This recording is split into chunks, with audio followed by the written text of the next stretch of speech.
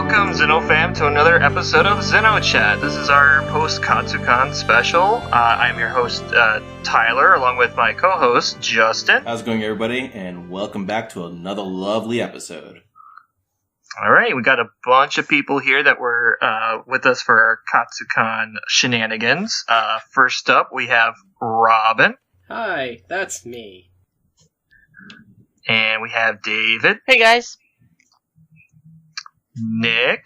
Welcome, Kirschwassers. Okay, this talk is botched too now. Alright, we also have Mary. Hello. Kat. Oh, and Erin. Hello. Sorry. Alright, and joining us, well, I guess this isn't like the first official time, but we have Tara. Hello, everybody. Alright. It is great to be here. Thanks for... Oh, yeah, thank you for coming. Dad's in the house. because the episode that's gonna come out, like maybe before this, probably before this. So we just went to Katsucon. That was not this weekend, a week ago. And what's kind of special about that Katsucon was that was the first time we all got to really hang out in person. So, like, all these people that that's so just a kind of something to break it to you. We don't live next to each other. We're not all in the same room. Gasp. We all actually live very far away from each other. So, Katsucon was the first time. I live pretty close to Tara. You live close to Tara, True. and you're somewhat close to me, but we're all I'm actually right pretty behind spread out. you right now. I'm actually in your house. Oh my god! Don't look behind you. This was the first time that we got to all meet each other, and that was actually pretty cool. I'm sure, a lot of us didn't really know what to expect. I'm sure you guys didn't really know what I looked like. You're probably just like, who the hell is this guy? What's he like? What's his deal? That was what I wondered after I met you like a few weeks before in Chicago. That's true. We did go to the Nier concert, which was awesome, by the way. It was amazing. Yeah, I met you at Anime NYC, and before that, you met me when before you that, came to Montreal to visit me. So yeah, I met Justin and Marie at Anime NYC. Yeah, everyone else was new. But it was the first time I met Tyler in person. Yeah, go figure. I've never even met my own co-host. Yeah, I was a little surprised by that, honestly. For some reason, I thought you guys lived near each other or something. I met Mary 4 years ago here. So, but besides that, yeah. Yeah, this is the first time I met any of you guys, and I've known Kat and Erin for over a decade. It was great to see you. It was awesome. Yeah, it was a magical experience. Yeah, it was cool that you all have flesh bodies. It was amazing. Or do we? I'd like to trade mine in, but you all seem fleshy. Amazing to learn how the robotic mechanics of Robin worked. So I guess before we get into Katsucon, because we got a lot to say about that, let's just briefly talk about any kind of Xeno news. I honestly can't think of too much that's happened since our last episode. I do know that Winter Wonderfest, I think that's what it's called. It's that one event where Good Smile announces a bunch of toys for you to pre-order and spend your hard-earned cash on. So they announced that they're going to do reprints of the Pyra and Mithra statues or figures, whatever you want to call them. Those two things that came out that were really expensive, they looked really nice, but they were always just I think $200 a pop or something like that. Something insane.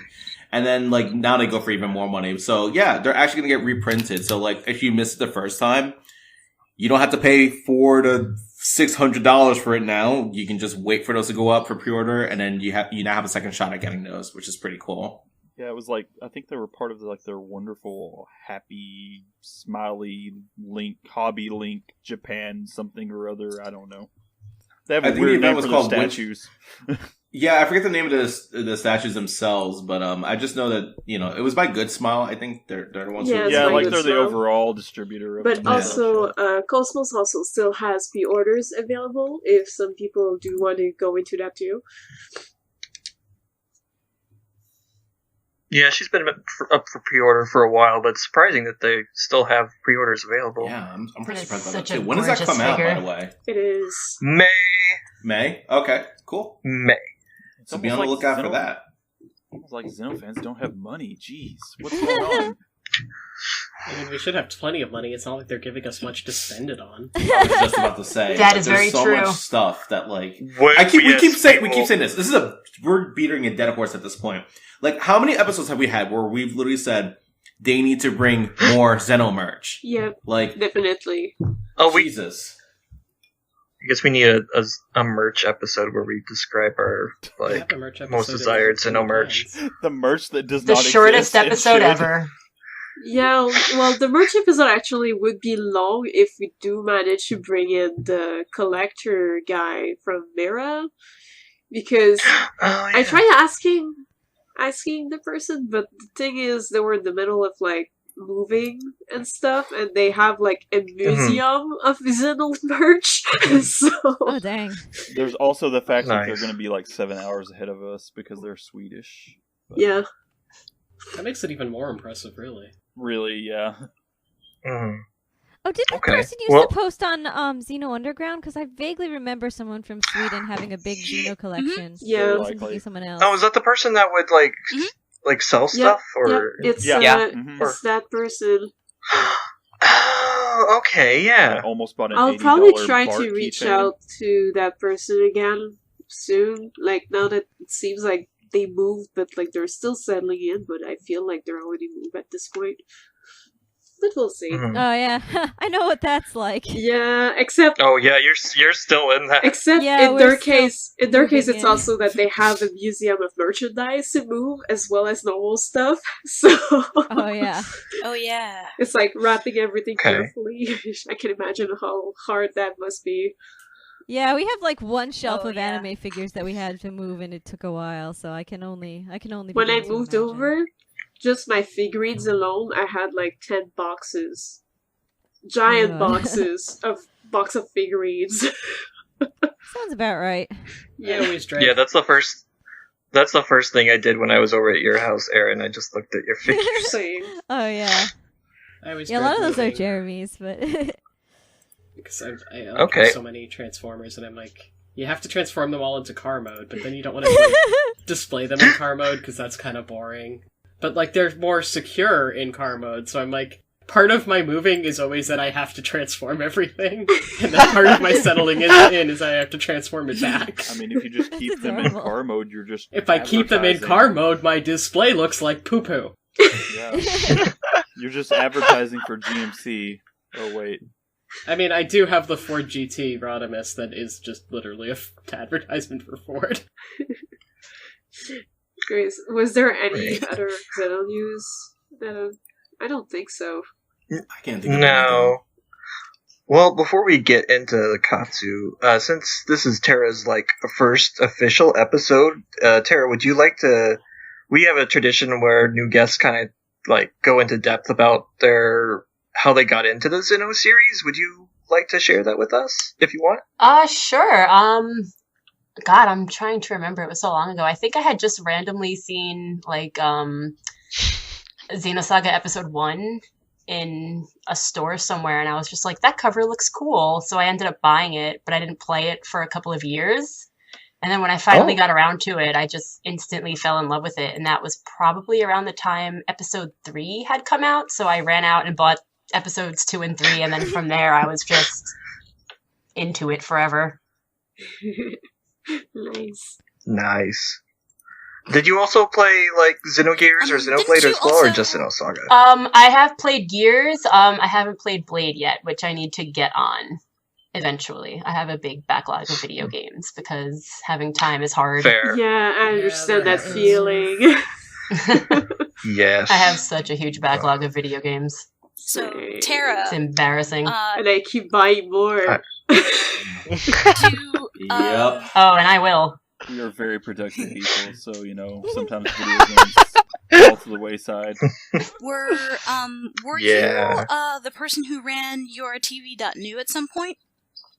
Yes, that was me. I ran that briefly. I would like to make another domain. The only reason why that one didn't last was mostly because the .nu websites are really expensive, and you can get other domain names for so much cheaper.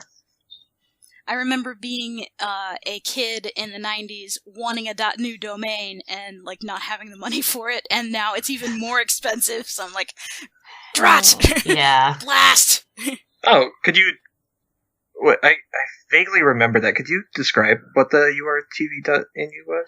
It was just kind of a little hub site for my own things. I have what I had on that website on my main domain now, which is izak.nu, but back in the day, I had a bunch of sprites from the DS game ripped onto there. I remember that. That was huge. Yeah, they're all still there. Awesome. There are better websites now that have everything ripped, but back then I was doing a lot of it manually myself, so I had uploaded it there. Now we just need all the models. Oh my gosh, thank you. Oh god, I want the models so bad. I want to I want to 3D print them. Yes, make the merch that we want. Seriously, I'm desperate at this point. I'll freaking do it, I swear to God. If you make the 3D models, then you can like cut into them and make joints, and now they're action figures. Yeah.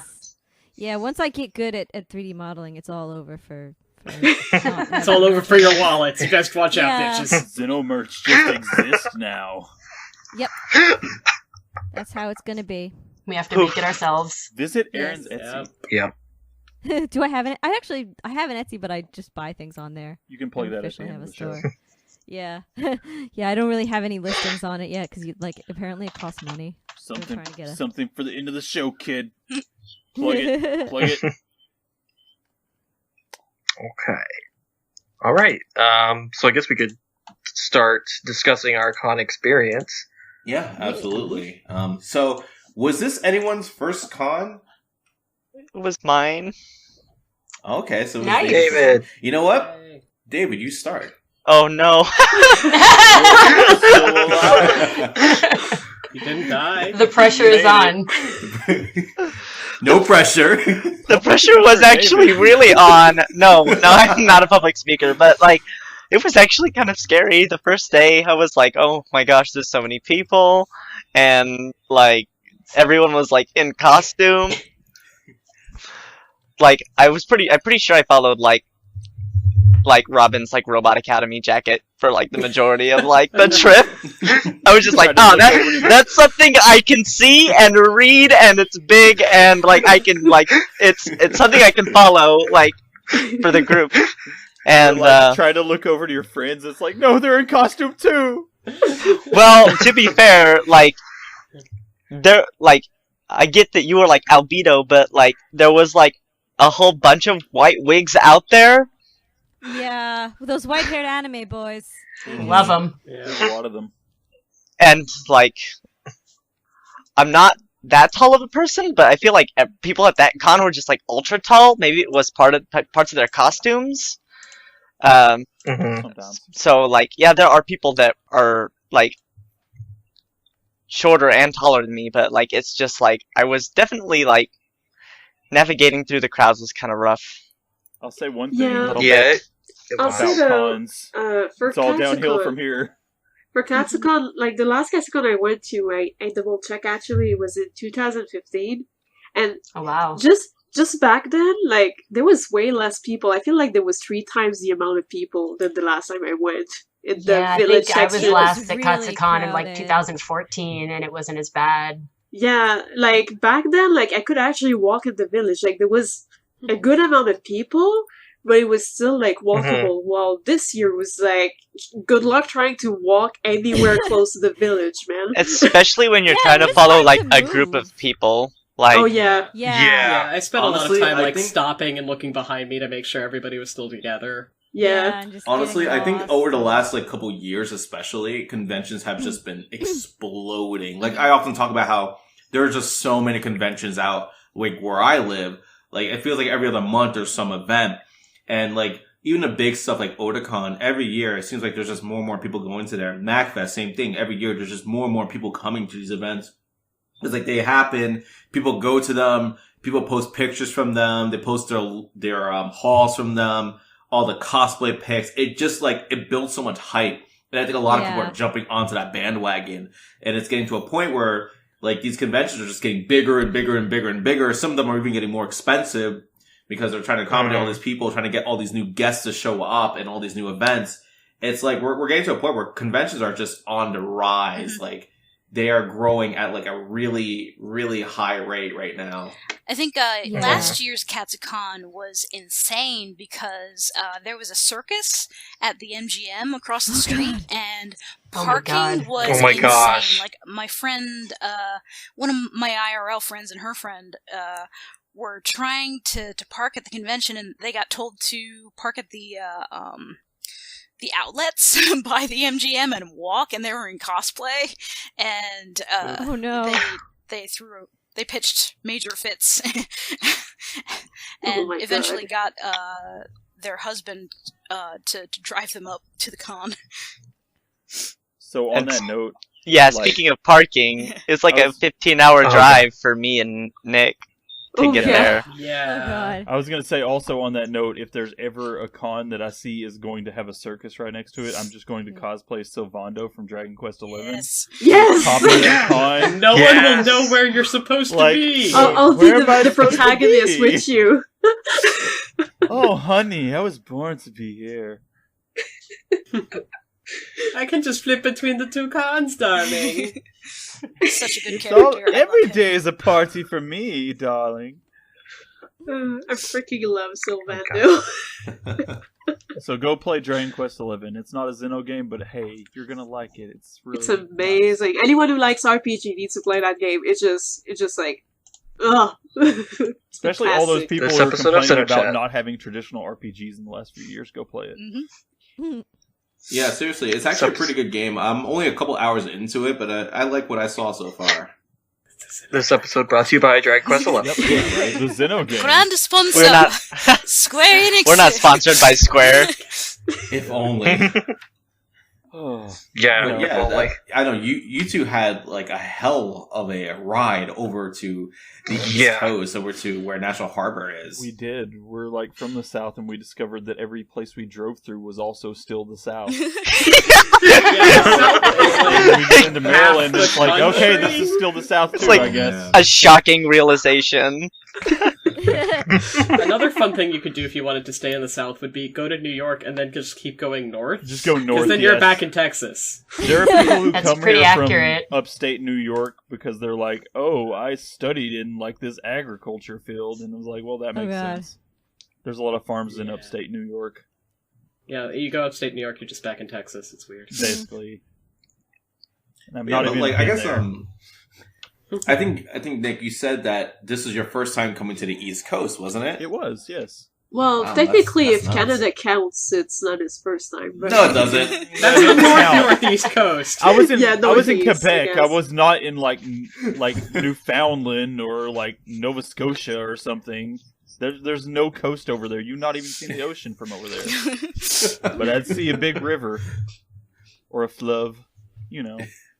Well, we're kind of close-ish, but we're not... Like, I'd say the coast is more like Quebec City than Montreal. Montreal's a bit more, like, west. Yeah. Go to Halifax someday or something like that. That's closer to the coast, right? Halifax? New Brunswick. You guys were able to... New Brunswick! That's where Jeremy's grandparents live. Oh, we nice. went there I would in the love fall. to see that place.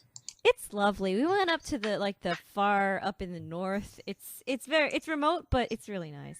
New Brunswick is the smallest territory over there, the province. That's so weird, because like whenever I hear New Brunswick, I think of New Brunswick, New Jersey. Shout out to anybody who's in New Brunswick, New Jersey. I think about the beer. Like, it's so whenever I hear you talk about New Brunswick, I'm like, wait, you're talking about like near where I live? What? You just stole all the names from where they live. Yeah. Probably.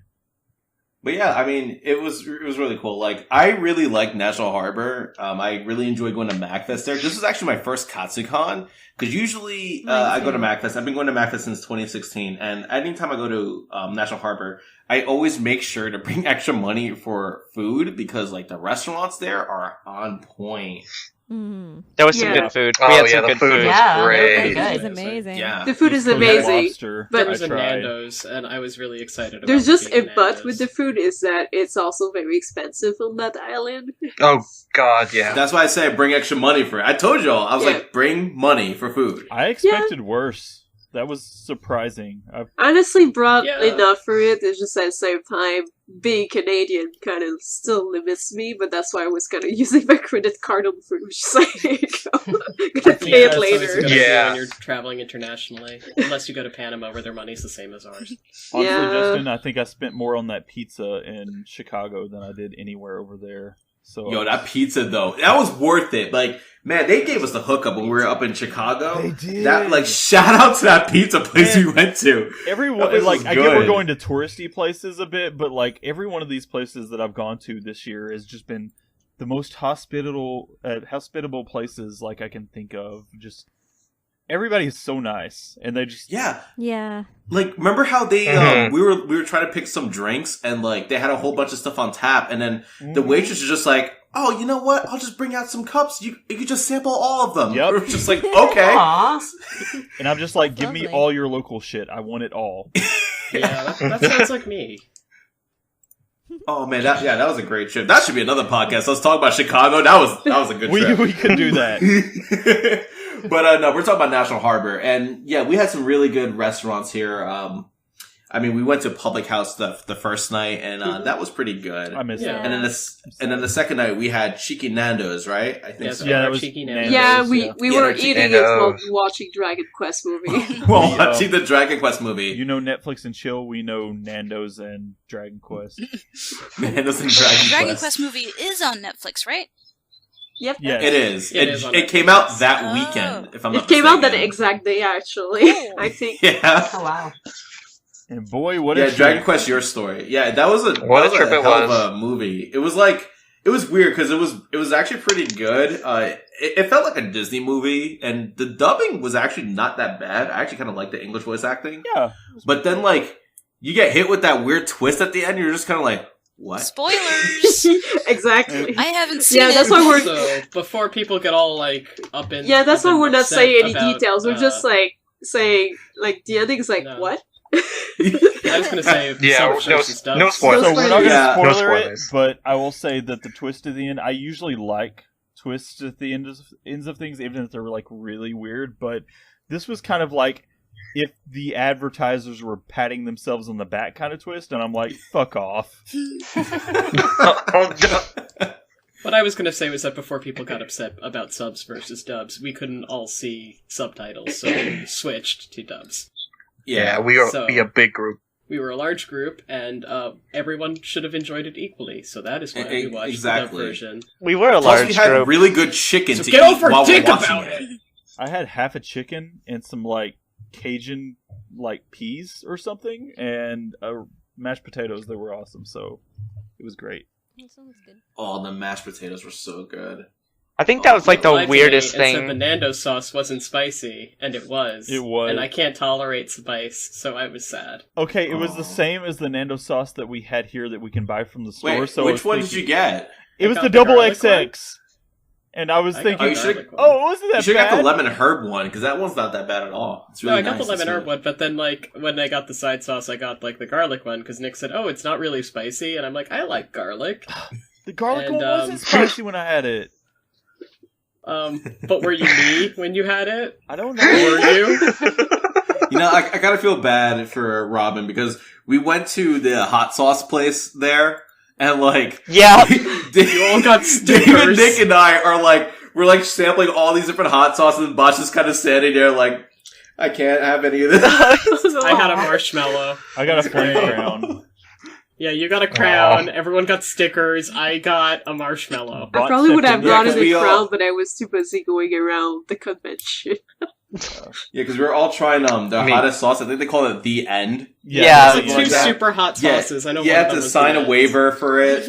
By the way, good. My brother was really excited whenever he found out that I tried that sauce because he's been to a Pepper Palace as well. I forget where he said it was. I think it was in Tennessee, but yeah, he was super excited to hear that I tried it. He was like, "Oh, awesome!" And I also brought him home some hot sauce, so that was great. Yeah, that place is awesome. I love going there whenever I'm in National Harbor. Same for the ice cream place right next to it. I like the ice cream place. I could that eat place there. is great. Dude, that lady, the banana pudding ice cream was on point. That lady in the Pepper Palace, she could tell some like mad good stories. So yeah, she was talking up a storm. Shout out to her. Yeah, if you ever go to National Harbor in Maryland, go hit up that Pepper Palace and give her a listen. She's got some really fun stories to tell. Yeah, she's a lot of fun. I liked her a lot. A lot of people down there are just super nice, which is kind of why I love walking over there. What else did we have down there? We had that Thai place. Yeah. That place was really good. That place was quite good. It was surprisingly good. I got curry and I brought it up to the hotel room and I made a mistake because it was super messy, but it was worth it. That was a really soupy curry. You were the one who made a mess in the hotel room. Yeah, Thai curry is kind of like that. It's not as thick as other types of curry, but it's so good. But it was delicious. It was like bringing that place was delicious. I had 2 meals. Yeah, that place was really good. I remember I got some dumplings from there, and those are really good too. Mm-hmm. I got the pad thai and I got the calamari for everyone to share, and the calamari was quite good. The calamari was actually really solid. Yeah. Hey, actually, Justin, I don't know if I got to try the calamari, but since we tried that one calamari over in Chicago, can that be topped? Because you put fried lemon in there, and that's some shit I had never heard of. That was crazy. I never would have thought to do that. That was incredible. Makes me want to fry a lime. Yeah, they literally took slice of lemon and just dumped that into the fryer, and they served it to us on a plate, and that was so freaking good. It was that artichoke hearts and the calamari itself, and I was like, damn. And then what about the mozzarella triangles? Those were really damn good. They were very solid mozzarella triangles. I mean, remember the pull I had with that when I took a bite and I just pull it. It just the cheese elasticity. The cheese elasticity was off the charts. Oh my goodness, that was so good. You could take a panorama shot of Justin eating that, and it would be where'd the end of the mozzarella stick go? And Justin, how long is your arm? Holy shit. Oh, can we talk about the Chinese restaurant that we got to go to? That place. But I did almost get locked in the bathroom. Uh-oh. Super bougie. It had a dress code that they were not enforcing. No, I was in sweatpants. Yeah. I will say, amazing. Yeah, Grace's Mandarin is really good. Whenever I go to MagFest, that's kind of a tradition that we all go to Grace's Mandarin at some point. And it's this really good Asian restaurant. Gorgeous. Absolutely gorgeous. You go inside, you go upstairs. They have one of the nicest bathrooms I've ever seen. You'll feel bad for using them. You walk in, you're like, man, I'm gonna ruin this. I almost broke the door, so yeah. The food there was really good too. The teas were incredible. David, you got that insane tea from there. Yeah, the oolong tea. Yeah, the oolong tea was so good. But yeah, that place was really, really, really awesome. We had a nice table, nice party there. That was a really, really good place. I felt way too fancy in that place. I also loved how they would give us hot rag towels things. Yes, the towelettes. That was kind of what? A restaurant's doing that? Oh yeah, there's a fancy sushi place down. It's not super uncommon in fancy places. Do that, yeah. I guess I just haven't been to many fancy places, but it's oh yeah, I've seen this on TV. That was something that a lot of you were saying. I remember when I took you there, and then we're all sitting down. You're all just man, this is too fancy for me. I'm like, what? It was too fancy for me because I was wearing sweatpants. Yeah, this was just fine. But I was like, this is normal. I think I was wearing my t-shirt. I felt very important there. I looked behind me and I could see the entire bay, and I got a moist towelette, and I'm like, of course I've been here before, thank you. And these weren't your normal. Yes, I've definitely been offered a moist towelette before eating. Went to the bathroom and looked at the mural in the sink, and I was like, yes, of course I've seen this before. Yeah. And then Bot went to the bathroom, and he says he almost got stuck in there, but honestly, I think he would have been happy being stuck in there, because I thought I was going to have to break the door. On the other hand, I was in there to save Bot in case he had to break down the door. I thought I was going to need that because the hinge was broken, so when I shut the door, I shut it. I didn't realize this, but the door like extended the wrong way, and then when I went to open it, I was like, "Oh fuck!" I assure you, there was nothing wrong with that bathroom. That it must have been your imagination that the door was like broken. I'm pretty sure. Like I know what a hinge looks like. That was the best bathroom I've been in. How dare you like insult its name? I regret not going to that bathroom. Oh no! Why there were like little tiny chairs leading up to the bathroom. I got pictures of the inside of the ladies' room. You did? I think I took more pictures of the inside of the men's room than I did the rest of the restaurant, to be honest. Same. Did you take pictures of the TV above the urinals? Yes. They had a TV? They had a TV? Wait, are these on the... Yeah, there's 2 of them. Are these on the drive? I didn't see them. No, they were on the... They were above the urinals in the Chinese restaurant. No. I mean, like, the Google Drive that we put all the pictures on. Are these on there? Oh, yes. No, I didn't put mine there. They're in mine. I will check this out later. When you said the drive was like on the, for research. On the drive home, no. No. Google Drive. Google. But yeah, that place, Grace's Mandarin. Check them out; they're really, really awesome. But also check your pocketbook before you go, because that was expensive. It's the most expensive lunch I've ever gotten myself. Yeah, but you also got a lot of food. I paid more. You got more than all of us. I remember that.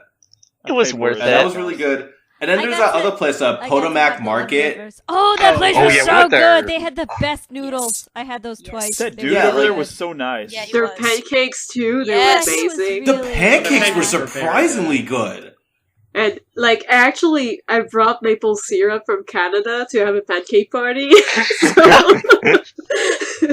That was a nice pancake party. Yeah, very nice. And I think really Canada's reaction to maple syrup was the most priceless one.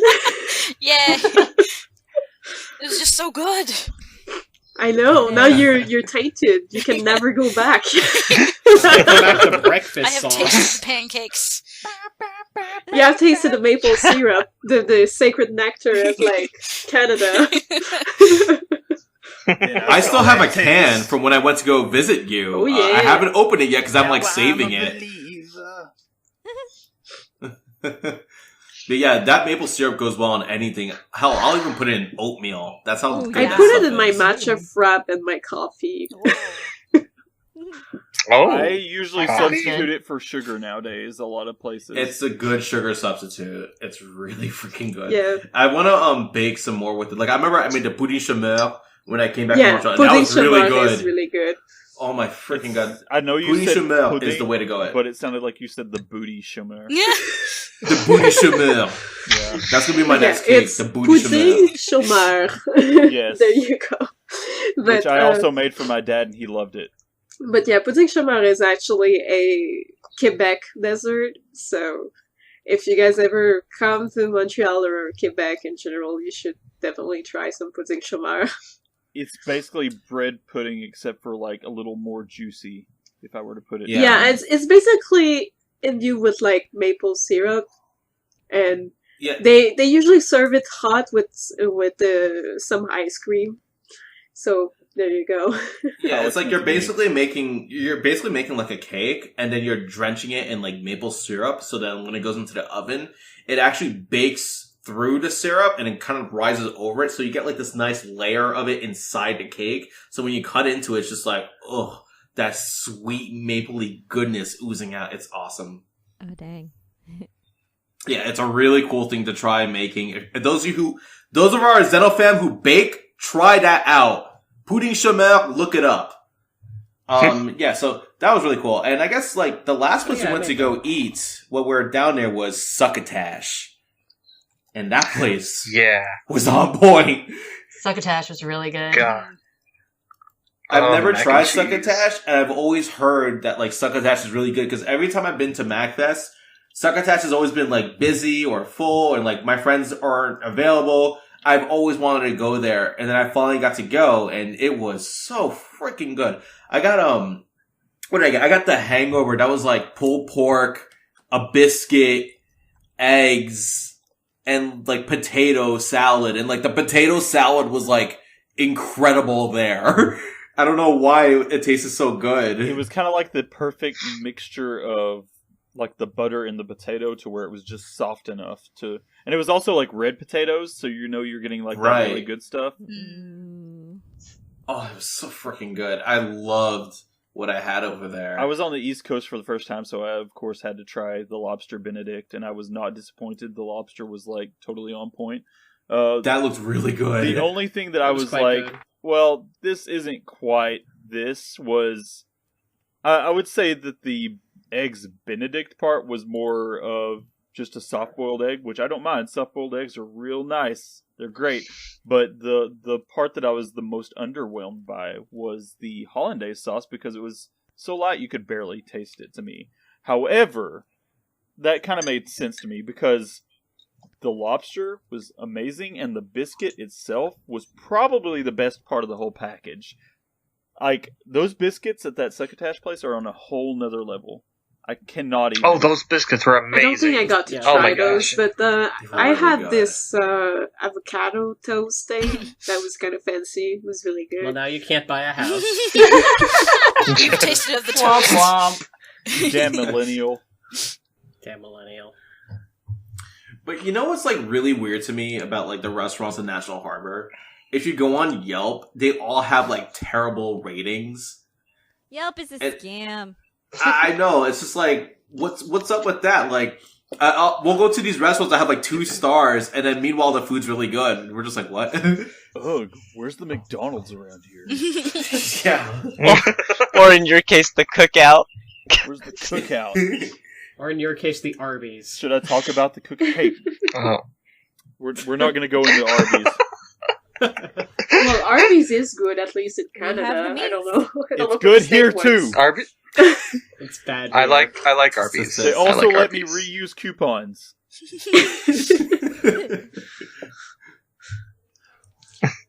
But yeah, that was the food there. The food there was absolutely awesome. For the most part, I almost always have a good experience when it comes to eating at National Harbor. So I always make sure to budget for it. So those of you who are going to like Katsucon or MagFest, bring some extra food. Check out the restaurants there. You might have to like make some reservations in advance because that could be a little bit, iffy. Yeah. If you're a group of 10, make reservations. Yes. Make reservations early, yeah. Early and often. But like otherwise, if you can get a table at these places, you're probably going to have a good time. We didn't get to see every place there. Obviously, there's other restaurants like Roja Mexicana, which I actually really like. I love going there for MagFest. We didn't get to go to that. Or Redstone's also pretty good too. And so is Walrus. But yeah, like there's a whole bunch of places. Brass Tap? I want to go to there. They had a bunch of craft beer, and I love craft beer. I do wanted too. To go there. I second that. So we'll go there next year. We're going to craft. Next year we'll plan a lot of stuff better because there's a lot of that stuff I want to try. Even if we have a million Tex-Mex restaurants where I'm from, I would definitely love to try Roja Mexicana, especially. Roja Mexicana I would love it too. Awesome. I do like Mexican food. I also want to say, shout out to Subway. Get some roast beef that actually tastes like something, period. Like, at least Arby's has roast beef that tastes like something. Fuck off, Subway. Shout out. Damn. That's a call out. That was a call out. Well, we are definitely not sponsored by Subway. So thanks for not sponsoring that bridge. Subway. I don't want a brand that's sponsored by a Kirschwasser lover. Eat fresher somewhere else. Oh, God. Did we cover everything in food? Like, yeah. So I think the only other thing talking about food. We spent like 30 minutes talking about food on our XenoChat podcast. We have to tag this as food mention. But I think the only other thing I did a lot is getting a lot of matcha at Starbucks because I'm a matcha gremlin, so... Yeah, I didn't quite understand or appreciate how much of a matcha gremlin you were. I was just like, oh, okay, yeah, once or twice you'll get matcha. And it's like every day you were on our case until we got you your matcha. Guys, I need my fix! Well, I mean, it's just like Starbucks, they also have coffee stuff, but like, their coffee stuff is so like, I don't know. It's not matcha. Yeah, I don't like their coffee. I find I find their coffee drinks, especially like the cold ones, which is what I go for usually. there's too much sugar, and like I feel like they're too rich a bit. So like sometimes I'll take it, but I usually am more like lean toward matcha because it's a bit more mild, and like I really love matcha too. So there you go. I might have gotten their matcha's very good. I might have gotten stuck up because we have a local coffee shop that likes to brew their own stuff, but it's like that's very subpar coffee. Yeah, the Those coffee blends. at Starbucks isn't good, but the coffee like accessories are fine. Well, we're definitely knocking out our sponsors, aren't we? Yeah.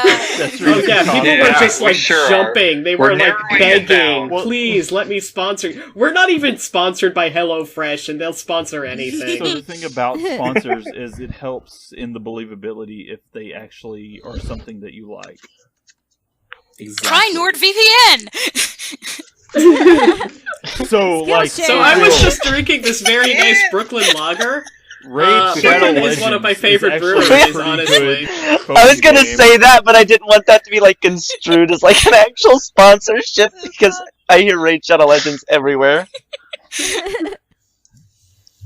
It's got amazing graphics, guys. Come on. But yeah, the matchas you got actually look really good. I was half tempted to get one myself, but I said the matchas that you guys got were actually pretty good. Of course, good. I agree, I was Justin. half tempted to get one too.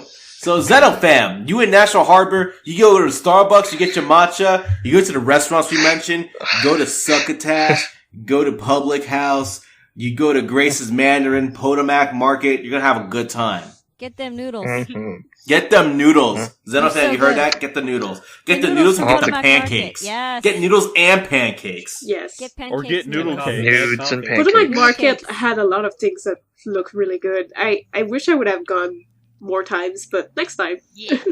I They're went also there. cheap. I used to go there for like breakfast sandwiches sometimes. Like, I think, Oh, God, yeah, I got Tyler, you went with us. a breakfast wrap? Yeah, Yeah. that was huge. It was freaking huge. I was overwhelmed by how huge that breakfast wrap was. It was... Yeah, honestly, It was amazing, the first time though. I went to Katsu, I did not find that place because back then, like, there wasn't so many, like, data plans you could get, like, outside of the States. So, I did not have any data. I only had, like, minutes and stuff to call or text people. But because of that, I could not really Google search stuff around. Like, but this time, like, with you guys, like, showing a few places you knew or, like, other things, I was like, oh, there was actually a small grocery thing here. That's cool.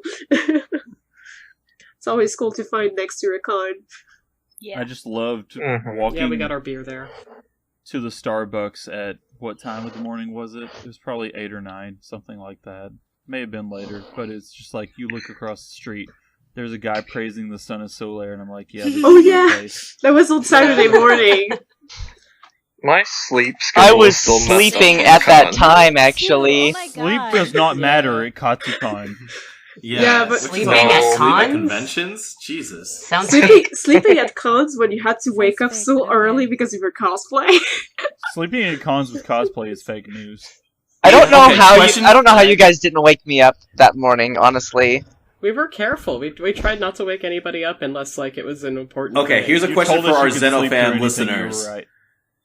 Xenofam listeners, do you sleep at conventions? If you get a good night's sleep at conventions, like, comment, subscribe. Can we talk about the night that we went out after the drunken viewing party? We'll get to that. We're going to save that. We'll get to that. We'll get to that one because that was a really fun night. Yeah. Oh my God. I guess like if we could start talking about like the actual event, like so Oh yeah, there was something besides food there. there was lots of things besides food at this Should event. we jump to Xeno merch? Yeah. So, okay, obviously it's a convention. There's going to be, an artist alley and a dealer's room, right? And the dealer's room was cool. There was lots of cool stuff there, and we can talk about that in a second. But the artist alley was on point. There was one booth in particular at the artist alley that had a bunch of Xeno keychains. Like, they had a bunch of Xenoblade keychains, but here's the Xenoblade 2 thing. specifically. Xenoblade 2 specifically. But here's the thing. It wasn't just Rex, Pyra, and Mithra. It was, like, legit the blades. Every blade? Like, all sorts of blades. almost every blade, not every single one. They didn't have there was like 3 or 4 rows of keychain of just like Xenoblade 2. It was crazy. I never made it into the artist alley because it was too crowded on Saturday or Sunday. I felt so bad when I heard that. It was too much. Yeah. It was too much for my. They had a lot of blades. I got a Shiba keychain. Like Nuff said, you know? Like, they had Shiba, they had Cassandra, they had Dagus. I had Cassandra. I got Cassandra. You had Cassandra, yeah. It was a double-sided where it has a mask on one side and her with just her face on the other side. Patroka, Akos. Patroka, Akos. Mikhail was there. What was the seller's name that was selling them? I am actually looking them up right now. I have their card in the other room. I probably should have got it. I'm finding my tweet where I mentioned it. Which one's which. But yeah, that guy was awesome. They were by YSB Creations on Instagram. Oh, okay. Ooh, shout out to you. Just posted a picture so you guys see. I took a picture. Okay, yeah, we could post that in the YouTube version of this podcast. They had a ton of stuff. They had the Poppies. They had Tora. They had Dromark, Zeke, Cosmos, Pandoria Telos. was there. Numa. Yeah, Azami, Morag, Brigid. It was crazy. I'd never seen this much Xenoblade 2 stuff. They had a Vandom. They had Vandom? Yeah, I bought the Vandom. Yeah, I bought the Vandom one. Yeah. Yep. Oh my goodness, this place is nuts. Yeah, I bought Cosmos, Telos, and Nia. Yeah, I bought the Nia from the other artist, but this artist though I bought Numa, I bought Cosmos, Pandoria, and Laura. These are the ones that I took. In fact, Laura is no longer in my picture because I took the last one. Oh. Yeah, that place is really, really good. I was blown away by their selection because I did not expect to see the actual blades there because nobody does that. Yeah, everybody just does Pyra, Mithra, Shulk, maybe Rex. Not even Numa gets a lot of art, but this was like the actual blades. I'm just like, oh my goodness. I got Zeke. Nice. And then there was the other booth that was really cool that had like those little the little cards with their favorite food item. That was really cool. Like, that was awesome. They had a Nia sticker. Kamaniki. Yes. Shout out to them. They were really cool. I bought a Nia print from them and also a Nia sticker, which is now my Chromebook. Kamaniki's art of Nia has actually been going around lately, I've seen. Yeah. Yeah, I bought a sticker as well, put it on my laptop, and I also got a print with Nia's favorite food. I didn't take a photo of the last boot, but I have my loot with the prints. And there's that other guy. The other guy is Ray. He was at Anime NYC too. That one is Ray. Yes. Yep. They were there. They were also at Anime NYC. I remember. I bought the Poppy Cutie Pie from them there. I remember crying because I could not get Cosmos because I was too broke. But this time around, I actually bought 3 of his posters. And then I pretty much asked about the Cosmos and was like, I'm out of stock, but you can pre-order it here if you want. It was like, sold. So it's going to come to my place. On finding that booth. Yeah. Yeah, they had a Nia up for pre-order, or... Yeah, there was a... I don't remember if that was a stand or a shirt, but there was a Nia up for pre-order. Yeah, I think it was a new shirt or something. I'm not sure. Nice. But yeah, that was the Artist Alley. It was really good. Yeah. A lot of people there. Very crowded, like Kat said. There was moments you go there and it's just like, how do I even navigate through this? It's much more crowded than the dealer room, it felt like. Or maybe it's just more congested. It was smaller, though, like there was less space between everything. It wasn't too And that is something I will say to, like, that's something I'll say to people who are going to cons and that are for the first time or that are new to these type of events. Expect to run into big crowds, especially for the dealers and the artist alleys. Especially like when they just open up. Yeah, when they just open up, it's gonna be a madhouse in there. So it's not a bad idea to kind of wait a little bit for things to die down and then go inside. But yeah, they can be kind of crazy. It can be kind of hard to navigate sometimes. So be ready for that. Don't shove people. Be patient. Yeah. Be patient. Also shout out to Kaijusery, who made a bunch of Smash keychains, and therefore they made a Shulk one, and the Shulk is adorable. I was trying to figure out which one Kaijusery was, and now that you mentioned that, okay. Yep. Good. Nope, that's why I looked at my haul, and that's why I kept everyone's cards. Yeah, that Shulk was adorable. It is a very adorable keychain. I like that a lot. Yes, thank you, artists, for providing the Xeno merch that we desire. That's what we crave.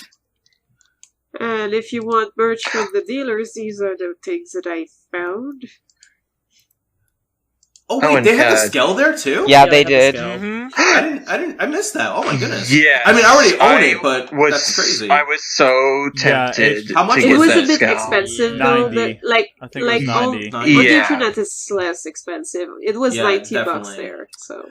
Yeah, I remember Mary and I were looking for particular mechs for one of our friends, and we found that one at one of the booths, and we're like, no, yeah, that's, Honestly, if it would have been a more, lower price, like the internet, I would probably have gotten it, but, $20 $90 cheaper, I would have been maybe I would have done the stretch again if it was, a bit cheaper, but, 90 is nope. Yeah, no. Yeah, the and this is the formula. We can talk about the dealer's room, because there were some really crazy vendors there. Yeah. There was one booth that David and I loved that had a whole bunch of retro art books and a ton of anime cells. Oh yeah. And I bought one. I bought a cell from Phantom Quest Corps, which is a really underrated OVA. It was by Madhouse, I believe. It's a really awesome. It's only 4 episodes. It's a really awesome OVA. A lot of people kind of criticize it because it's really short, but to be honest, those 4 episodes are so much fun. It's just a good time all around, and the main character is such a badass. I love her so much, and the cell I got is of her, actually, and it looked great, and the price wasn't too bad either. I think I paid about $40 for it. It's a really good looking cell. I am so happy I had it. But they had a whole bunch of cells. They had Ghibli cells. They had a Little Mermaid cell. I saw that, yeah. It was just a random, Little Mermaid cell amidst all the, anime stuff. Yeah. They had that. They had some Lupin cells. They had, I think they had some Patlabor. They had a couple Legend of Galactic Heroes. Yeah, we didn't know who he was, though. The character. Yeah, we couldn't recognize them. They had some of those. They had Street Fighter 2V. They had a bunch of Ranma ones. Urusei Yatsura. All sorts of there was some really cool series. They had a bunch of Gundam ones too. Yeah. Was it that booth that had the 2 Cosmos as well? Yes. Yes. That was the same booth. They had an Alter and they had the Bohm Cosmos. Which, man, I was going, first day I was like, no, Tyler, you don't need these. And then by Saturday, the Alter figure disappeared. I'm like, I don't have this Bohm figure, but I shouldn't. But then on Sunday, I was like, yeah, I'm going to get it. And then it was gone. Aww. I was like, oh. Well, it's okay. If you want it, you know the website that Queenie posted yesterday? Yeah. I think both of them are on there for cheaper. True. Well, I already have the Alter, but I really wanted that Bohm. But I have the Cosmos that's coming out in May pre-ordered, so I probably should be okay. Next time you get into that situation, though, Tyler, you should get it.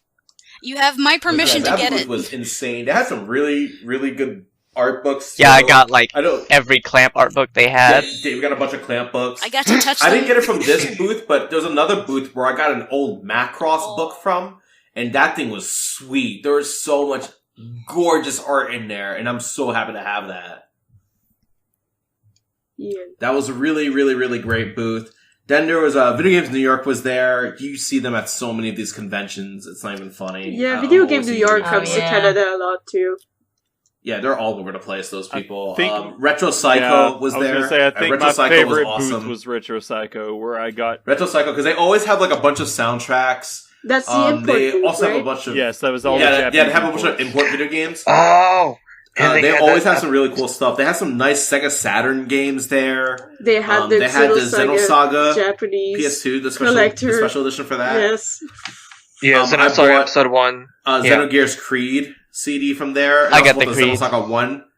soundtrack from there as well. And I also got the Dragon Quest 4 soundtrack from there too. I almost got a soundtrack. A lot of really good stuff there. I think Nick also got a soundtrack as well. There was too many art books there for me to like afford a soundtrack after I got done with that, because I found the Phantasy Star Online 2 art book over there, and it was way cheaper than anywhere I've ever seen it, and I was like, yeah, this has to be mine. This is just my aesthetic. I think what I like about this booth, or this place in general, is that they have a lot of rare things, or like a lot of selection, and they're not trying to overprice it. Like, they have prices that are pretty, like, just right for most of the stuff, so I think that's what I can, like, really respect that place for.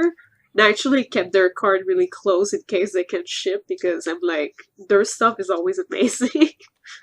I got that art book for $20 cheaper at very least than I've seen it on anything online. So yeah, exactly. Really that's what I mean. Like, their prices are really good. They come to other cons too. Like, I know I've seen them at, I think I've seen them at Otakon. Anime NYC, they were there too, I think. Yeah, they were there. I think they were there for that. But yeah, I've seen them at other conventions. So they also have a store on eBay, I'm pretty sure, as well. They're a really, really cool seller. They got a great selection of stuff. Not super overpriced. A couple things you probably could have gotten cheaper elsewhere, but other stuff was like pretty solid in terms of like deals. They're pretty fair for the most part. I like that booth a lot. Would you like to, I got the Xenoblade X OST was there. I grabbed that. Yep. Oh, I didn't even see that. Wow. Yeah, no, it was a bit cheaper there than like the one we got was. We should maybe spell out their name for people who don't realize that that's not psycho as in the English spelling of the word. Like I thought it was. Well, we could probably put it in like the show description. We'll do that. I'll put all these in the notes. Everything that we've talked about, just for the credit. Yeah, that's a good idea. Except Xenofam, you can look out for these people when you go to a convention. But yeah, but not Subway. Not Subway. Don't look out for Subway. Cool don't look out for Budweiser. Fuck you, Another Subway. great booth was the the Dojin booth. I wouldn't call that great. I mean, they had some cool stuff because you know what? I respect them because they had some really uncommon Dojins there. Like I saw a Dojin for Last Bronx. I don't know if anybody remembers what Last Bronx is, but that's like a really obscure Sega fighting game from like 96, I want to say. Wow. And it's like, to see a Dojin of that is like insane to me. And the guy even said like, yeah, this is like a 20-year-old Dojin that I just have. And it's like, when am I ever going to see that? I at least commend the variety. Yeah, like and they had Robin. Yeah. The Dojin you got. So I got one from the booth that they're talking about, which I don't know the name of. What did we kept calling it? Gary Busey's Secret Stash. Because it took me so long to like look through everything, and I felt really bad. So I was like, this one's okay. The Dojin booth I really like is OTP because they like nicely organize everything by series, and then like they give you like really clear little bits of information that you might want about each Dojin, like what pairing is it? How explicit is it?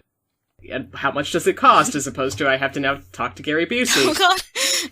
So, like, I really like that booth, so when they're there, I do try to look there, and that is where I got the El Shaddai Dojin, where I was just amazed that there was El Shaddai. El Shaddai, I still can't get over that either. El Shaddai Dojin, that's so weird. It exists, but the other thing was that when I then got bored and went to eBay to look at Dojin, I discovered that no, there's actually a ton of El Shaddai Dojin.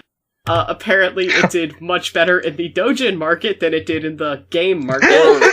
More appropriately for El Shaddai, it is written. Yeah, like the gameplay of El Shaddai is the weak point of El Shaddai. Actually, no, I'm not going to get into my El Shaddai rants, because this isn't an El Shaddai podcast. Welcome to El Shaddai. If we want to talk about other things that are, like, adjacent, it is adjacent to the Xeno series. Well, maybe you should start an El Shaddai podcast. My El Shaddai podcast is one episode long, and it's just me listing everything that could have made it a good game. What if it didn't try to have a platforming segment? What if? Yeah. I remember Jesse talking about I was surprised back on Godsib. That's the only that's my memory of El Shaddai. But yeah, like I love it when I'm not going into El Shaddai rants right now. I love it when Dojin like Dojin shops and like shops in general just have stuff nobody else has, because like what is the point of having something that everybody else has? I could go to Barnes and Noble and get this, and this, but like I when I go into dealers' rooms, I look for unique stuff. So yeah, like, but Tyler, you were saying about OTP? Well, actually, because I went to another convention this week in Indiana, and they were there, and I'm like, wow, they went all the way from Maryland to Indiana. I was surprised. But was it them or the other group that had wasn't there like Xenoblade 2 Dojin? That was the other one. OTP didn't have any Xeno. Oh, that's unfortunate. Yeah, that is where I got my very nice Final Fantasy 15 one. Oh, the Gladian Iggy. Yeah, the one that's David approved. Yes. The art was really good. Yeah, no, it was so sweet. Which Xeno Dojin did you get, Robin? From there, absolutely none. I didn't get any at this con. The ones that you brought, you got elsewhere. Okay. Yeah, the ones I got elsewhere. The one of them was from a con that used to be local years ago. I guess I must have like only recently turned 18 at the time that I got it, but even though it itself isn't explicit. But most of the other dojins I get at this point are from Otaku Republic, because they equally just give you nice amounts of information that you might want, and they were really sweet, and when I ordered from them, they gave me, like, book covers for some of them, since, they're different sizes, so the book covers didn't fit everything, but they were really sweet about it. Aww. And they always have, like, little discounts, and I didn't use the last discount coupon they gave me, but they were like, hey, if you can't afford this right now, let us know, and we'll extend how long you can use this coupon for. But I didn't know when I would next be buying, so I didn't want to, ask them to do me a favor that I wasn't going to utilize. But that's where I like to get dojin. Also, I might be getting a few from eBay, depending on if I decide I need retail therapy or not. Do it. I mean, this one isn't on Otaku Republic anymore, and I want it. And this one might have Guinan kissing Ziggy, and I'm just intrigued. Now I am too. Same. That's fair. Yeah. I'm like, I'm go on. I'm on board. I didn't know I wanted that. I didn't know I wanted it. I don't even know that I do want it. I'm just really There's only interested. one way to find out. And just like that, we're all thirsty on Maine. I knew I've been thirsty on Maine. That was the most hilarious thing about that Dojin booth to me. Is that everyone was just there, like... living their truth. I was there trying to, like, not silently judge everyone, because I'm like, those characters are minors, right? Okay, just like, that? Like, do I need to tell you this? Is something that obscure on Maine still, though? Wait, David, weren't you, like, carded at one of the dojins? Did they really? What? Yeah, they carded me. They carded me. Oh my god. If you wanted to look through it, they did ask for your ID to make sure. Yeah, I get carded for everything anyway, Are you old enough to drink this dojin? I don't know, was everyone else? No. Apparently, no. Again, they did I was right beside you when he did it. Again, I'm the kind of person who could grow a beard in 2 seconds, so that might be... Speaking of growing a beard in 2 seconds, you do need to do Photoshop Albedo with huge beard. Albedo. Oh yeah, we talked about that. Because that makes sense for, like, Albedo to have a big beard, like... Should have a huge beard that he can just never control. As fast as, like, he regenerates shit. He should just have a gigantic fucking Santa Claus beard. Ho ho ho. Ho ho ho. I can just see that going terribly wrong. Alright, should we move on to the photo shoot? Before that, there's just one piece of merch. Did we mention the merch? Yeah, we did. Did we? Yeah, we mentioned the formula. Yeah. Okay. Yeah, the formula. Yeah, sounds good. Alright. Yeah, the $90. Sounds good. We can move to the big possibly highlight of everyone here in the photo shoot. Alright. So yeah, basically, like, kind of the whole reason we even came to this con to begin with is that, like, for about a year, we've been planning this big Xeno meetup. And when I say big, I really just mean kind of among us with a couple friends. But like, that's big in the yeah, most of us were in cosplay and we organized a small little Xeno get together photo shoot. And yeah, that was really cool. It was great seeing everybody in cosplay. I was Chaos from Xenosaga 3. Marie was Junior. Kat was basically Casual Cosmos. Cosmos. I had a wig and that was it. It's my favorite Led Zeppelin song. Well, you had robot leggings. Yes, I did. That counts. Yeah. I was the camera person. It was on her off day. Yeah, David was a camera person. Dude, people came. Nick was Albedo. People came there to photograph us. Yeah. Yeah, absolutely. People were like, "Oh my gosh, Xenosaga people are here." Yeah. What is this? Is this real life? Is this 2020? The year of our Lord 2020. Wait, you're not just the person who's like Erin, organizing Julie. the fact that there are shoots going on here in the first place. You actually like the Xeno series? Is that wait, what? Really?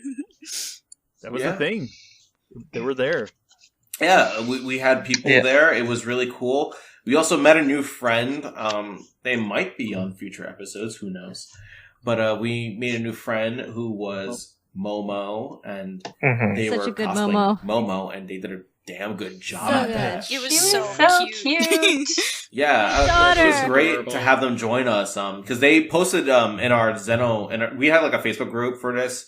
And they posted in there, they're like, "Oh yeah, what's going on with this? You guys want to meet up?" And then I messaged them. I was like, "Yeah, come to our hotel." Okay, it wasn't that sounded a lot creepier than it really was.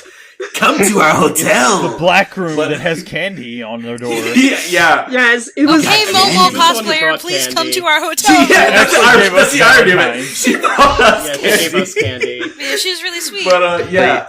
Well, we also had. Let's see, we had Erin was Yuli. Erin was Yuli. Yep. You did a great job being like very empathetic, unapproachable mother. Yeah. You did a great job not wanting to hug your daughter. Those were some of my amazing favorite job pictures. of dissing your daughter. I'm so sorry. Your robo-daughter. You know, but it was great. I literally that felt was like my so favorite. bad. It was super You did. character. Yeah. I could mention. But yeah, we had a couple more people. Like Tyler was Alan, which is really awesome. We had all the Your TV bros. Yeah. All the Your TV bros were there because Tara was I also have to dining in. commend Tara, the most photogenic person in possibly the entire room. God, I wish. It was incredible. Your guidance was. You were amazing. Awesome. Yeah, it was really good. Yeah, I did Your your guidance. Yeah. May I mention that highlight Yeah. of you coming in the room being like, "That's here." Daddy's here. Yep, You were like the photo shoot meme master. I We live also for had that. Robin as assistant Scott. Yeah. Nobody recognized you were me. great. No, everyone Scott did. Love. Everyone who was a fan did. Everyone who knew Xenosaga Actually, but recognized me. I Yeah. had people outside the That's all fandom that that matters. talked about how photogenic you were. Aww. So That's Yeah, okay. I'm only photogenic if I'm wearing a wig and no one can recognize no me. thing I said recognized outside you. the fandom even. Yeah. Or at least I Yeah. recognized the back of your jacket when I was trying to follow you through crowds. Yeah, I think the blonde hair also helps. That jacket was awesome. So was your Seraphim Sisters They also t-shirt. mentioned that like the thing where like two of our rooms had like URTV numbers or almost. Oh yeah. Yeah. Basically, Yeah. the gun's over now, so we can say our room numbers. We had 10066 and 10069, which were Nice. pretty much URTV numbers. Nice. And basically, me as Junior and Nick as Albedo were staying in the 66. So it was kind of hilarious. And everyone pretty much came into the 66 room because, like, we were kind of slowly getting ready. We So, were like bound by our twins. we had the entire Xenosaga group in our room. It was funny. Just chilling, Yep. getting It ready. was great. Yeah, it was a lot of fun. We were all like, messing with our wigs, or rather, Marie was messing with all of our wigs. Oh yeah, Like, yeah. How many? I did a whole. Thank you. I Yeah. did a whole week of just like wig Yes. styling and cutting. It was worth it though. Say, high art. A few wigs to try to alleviate some of the burden for you. Some of my favorite. I don't mind so much. I do enjoy doing wigs. It's just like it was a lot of wigs, and I was so a bit back on time. I was short on time to do them all, but I had fun. That's why I'm just I should get better at hair. And at least what saved me is also the fact that I was actually at Erin's place a few days prior to Katsu, so I was able to do a bunch there since Kat and Tyler also came over there to meet us there. So yeah, I could do a bunch of them there. It's just I did not manage to do the Cosmos wig over there, but I sometimes was given this type of styling Cosmos has, it'd be better if I do it on the spot, because the bangs will stay up better. So you did a great job with that wig. Yeah, honestly, the Cosmos wig was my favorite. Oh yeah, it was amazing. Yeah, you need hairspray, hair gel for that kind of style. I have everything. I'm fully equipped. I wore that wig all day because I looked so good in it. But yeah, it was fun though. I had a lot of fun doing all those wigs. Yeah, so we got a lot of great shots. We really did. Oh yeah, we had a pre-photo shoot, and then we had the actual photo shoot, and then a photo shoot. After the photo shoot. Basically, we wanted to get photos with Tara as Yuriev first, so we got a few photos of that, quite a lot actually. It was kind of a private photo shoot between us, Derpy, and we just in the hallway. Found a couple of walls. Shout out to Guy in hallway who just happens to be in a lot of the shots. He probably didn't want to be in any of them. Yeah, he was like, "Should I Guy in hallway?" And we were like, "No, you don't have to." You're the real MVP. Hello, hallway man. But yeah, afterwards we went back to the room so that Tara could change to Ganyu, and then we kind of cooled down a bit before the actual big meetup. And then we went to the actual meetup, and we had Yui join us, and I think it was on our way back to the room that we actually ran into that Nya cosplayer. Was it? Was it? Yes. Yeah. And that's when we told back and we saw Nia, and we told this hey, Nya, you'll never believe this. come to our meetup, and she was like, "Oh my god, there's a meetup. This is Xeno meetup." And we're like, "Yeah." The only thing that's sad though is that she was the only Mr. and Adam that was supposed to come over did not make it. But I did see through her Instagram that she managed to find them later at least, so that's good. Oh, that's good. That's good. Yeah. The Neo was really crazy. Oh, yeah. Awesome. Yeah, she did a great job. Yeah, Neo was great. Yes, the materials she got for a costume was so perfect pretty. For Nia. She got exactly the right texture and materials and everything.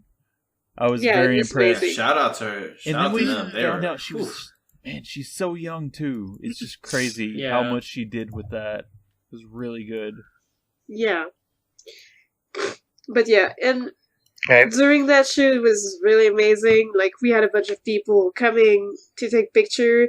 I really want to say prop also to that person that also helped us doing the countdowns. Oh yeah, she was cosplaying. Because honestly, it was my first time doing a sort of, because I'm the one who actually gave the form to try and get a spot, and it was kind of my first time doing that. So I was like, okay, how am I gonna do that? Because I know we have to do the countdowns usually to have things going on, but at the same time I was like, how am I supposed to do that while I'm in the picture? I know. Yeah, I was trying to do it at first, but then that person kind of took over, and I was like, you know what? That's just a lot easier. That way I don't have to worry about it myself. Yeah, she was on top of things. Yeah, she was cosplaying Ige Hyorin from Final Fantasy XIV, and I haven't played that part of the game yet because I'm cursed story skipper, but she was the most helpful Asian. So thank you, Ige Hyorin, wherever you are.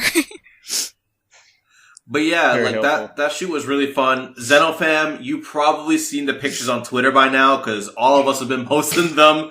They've been on Facebook too. Yeah, and there's still more we gotta post. Yeah, just a little. We'll probably post a couple in this video too, in a YouTube version of this podcast. So you can see some of the pics there too.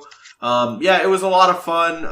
I think that since it was our first time hosting a shoot like this, I think we did a pretty decent job. And it wasn't super huge. We didn't have a whole lot of people, which I think was actually a good thing. Because since it was our first time, we didn't want something that was just too overwhelming. Yeah. It was very easy to manage it. So that was really good. But I think even if it would have gotten more people, I think it would still have gone like pretty smoothly because we were kind of shifting between different groups and stuff, and like it was actually going really well. Like I was surprised. At first I thought like, wow, like 30 minutes, it sounds like so tight, but every time I look at the time, it's like, wow, we still have all that time left. Well, I mean, that's also because we didn't have that many Gears or Blade people. Yeah. I felt so bad that there were more Gears and Blade. Xenosaga gets the spotlight. Yeah. For once, right? MagFest, for example, the Xeno meetup there was like three Saga cosplayers there, and then it was mostly Blade, and we had a couple Gears, but it was mostly Blade. I was still surprised at the amount of Gears they had. I think they had like 4 of them. Wow. Yeah, they had a few people. They had Faye, they had Illy, they had Billy. There was a Billy, and they had this Element girl. I forgot her name. There we go. Yeah. I would really like to actually also commend our very own podcast host, Tyler, because some of my favorite shots from that entire photo shoot were the shots of Scott and Alan, as cosplayed by Tyler. Yes. And those were so adorable. Those were just amazing. I love them. I love them. We took so many pictures. Like that's what I love about like cosplay groups getting together, because you get to like try to mimic the things they do in the game. You get to set up your own things. Yeah, do a lot of photo nerds. It's really cool. Yeah, I love taking pictures of people and getting pictures of myself taken. It's just also so much the fun. pictures you took of like anything are like super good. I tried. You got some good angles. I tried. That's what I aim for. But also props for the Yui cosplayer who also had this idea of the circle shot. Like at first I was like, I don't know how this is gonna work out, but actually David managed to get just the right angle with my phone, and the picture came out amazingly. Yes, that shot made me so happy. That picture, David, you did a good shot with that. Well, that was because most of the other photographers weren't placed well, and like it was a bit awkward. Like they would have needed something to like raise themselves, but you like I don't know how you were placed, but like I was kind of in the way, but I was like right above you guys. Perfect. Like the I angle didn't know where was to look, perfect. so that's why I looked really confused. So David actually stood in the middle of the circle and jumped and took the picture. That's how oh jeez, no. Just put a ladder in the middle. No, I was kind of leaning in. Missed my head by 2 inches. But yeah. But yeah, the photo shoot was great. But after that photo shoot, we also moved on to the same hallway we were at before, because that hallway was like less crowded. Yeah, and we took more we took pictures. a few more shots. Yeah, because we didn't have enough. So yeah. Yeah, we can never have enough. Yeah, we just finished kind of compiling the pictures of everyone, and I checked earlier, and we're at like 1,500 pictures. The majority is our photo shoots. Yeah, but I mean, to be fair to that number, like some of them are like the same picture. Yeah, but it's still different angles. But still, it's a lot. It's amazing. It is a lot. I'm not saying it isn't. I'm just saying like. Yeah, I uploaded a lot. And that wasn't even all of them. I combed through mine for duplicates, but it was still a lot. It was like something like 100. I didn't bother. I was just like, y'all deal. I kind of didn't clean mine so much. I just dumped them in there. It was like 340 something. The only part about the photo shoot that I didn't like was the part where that guy in the Subway t-shirt came up, and I was like, get the fuck out of here. Yeah, I feel like for the convention official shoot, like you're supposed to have that space to yourself, but they're kept having like randos just like walking in. Yeah, just walking and just like, yo, it's a photo shoot. Terrible. Like a lot of the shots for our official shoot are badly lit because of the way the sun the background. Yeah. So I think it would have been better. It's exceptionally. It would have been better if they would have put like a small spot against a wall somewhere, rather than like with the backlight. Next time we book a photo shoot, make sure that we don't get anything that says balcony. Yeah, I agree, because like the shots that we took that were just like in the hallway, many of those are like way the only problem is that our group shot. was too small to get the other spots. Hi guys. Bye, because the only other spot there was the spot of the gazebo, and it was the balcony, right?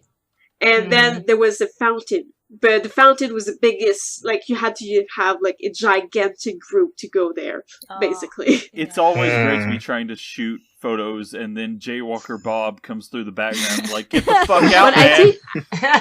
I think they should have gotten some staff to look after those space, to at least, like, usher away the people that should not be there.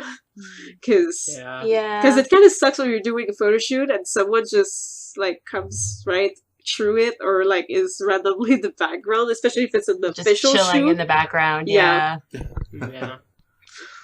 Like we had some group pictures that were great, and then you just have this random dude in the background by the balcony. It's just what are you doing there? But that's about it. We had a great time in those shoots, though. It was so much fun. It was. And then later that night, we watched the Xenosaga anime. Actually, before that, we actually split up after the third shoot, and like some people went shopping. And actually, I think it was me, Nick, Tara, and our Momo who ran into Terry, who's a cosplayer that I follow as well. And Mannonite, yeah, they're pretty much a big fan. They're a big fan of Xenosaga as a whole, so when they saw us, they were like, on the other escalator going up, and we were going down. And then they came after us. Wait a second, you're the reason. They came after us for a selfie. It was really nice. But yeah, that's why I was like, that's why, guys. Wait a second. I know this person's a fan. .hack remake. That's what Bandai Namco. That's what that company blames the fact that we won't get a Xenosaga remake on. What the fuck are you doing? I'm just kidding. Bastard. I can't believe you. Bandai Namco. Oh no. And on this episode of We're Definitely Not Sponsored by Bandai Namco Subway. Thank you. Or Budweiser. Or Starbucks. Wait, we like Starbucks. They can sponsor us. Yeah, they could. Unless, they want us to say that they're coffee. I'll just say, give me all your matcha. Hey, Bud Light, dilly, fuck off. But, afterwards, it was pretty much just some shopping, and then I think people started going toward food, and then we went to Justin's room for something that went really wild. You guys. It's a good kind of wild. That was a night where we got Thai food and we brought it back to the hotel room, and then we watched the Xenosaga anime, and we also had a lot to drink. Erin brought a particular beverage known as the Confucius Wisdom, and let me tell you right now, we all felt that was not a beverage. I felt that wisdom for quite a bit after. Yeah. Except I've heard of liquid courage before, but I wasn't drinking myself. I was liquid wisdom. That was like the manna from heaven. We just kept drinking it. We were just passing it around. There was also Nick other drinks we had too. I just liked how Erin was shouting at everything.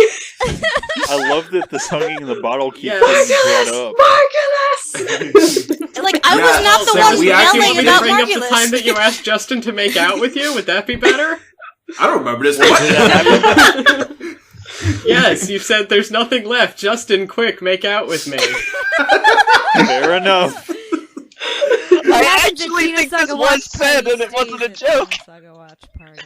It was said. I think it was a joke since no making out occurred, but it was said.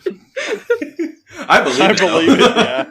But for more details, listen to the episode that will probably be up before this one.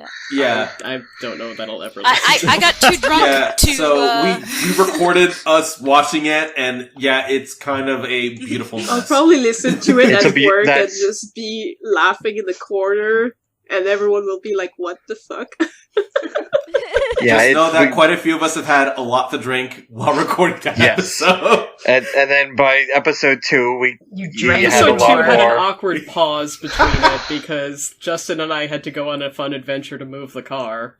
Oh, yeah. And the parking troubles. Yeah. During that time, we drank a lot. Yeah, my car decided it didn't like its key fob, so there was like 5 minutes of yelling at the car. Oh no. Yep. Yeah. And it's great. There were 2 parking lots. There was the slightly more expensive one and the slightly cheaper one, and we were moving from the slightly more expensive to the slightly cheaper one. I think that was the night. Oh, the cheaper one. That's a fun parking lot. Because that was a fun parking lot. Like the more expensive one, it was closer, it was easier to get to. Blah blah blah. Was there a ball pit? But the further one, was there a ball pit? No, but the further one had an airplane. Oh, yeah, like legit. There's an airplane in the parking lot. I was like, how can it be here? How did they get the plane there? Are we talking about that airplane that was just like chilling down by the water? Yeah. Bro. Yeah, I saw that and I was like, how did that get there? Yeah, same. So this further parking lot, like, isn't paved, it's all gravel, because they want you to understand that you are not getting the deluxe parking lot. And it's by the water, so it actually had a beautiful view, and there's an airplane it's like, there. Yo, there's no so runway, weird. Think about it.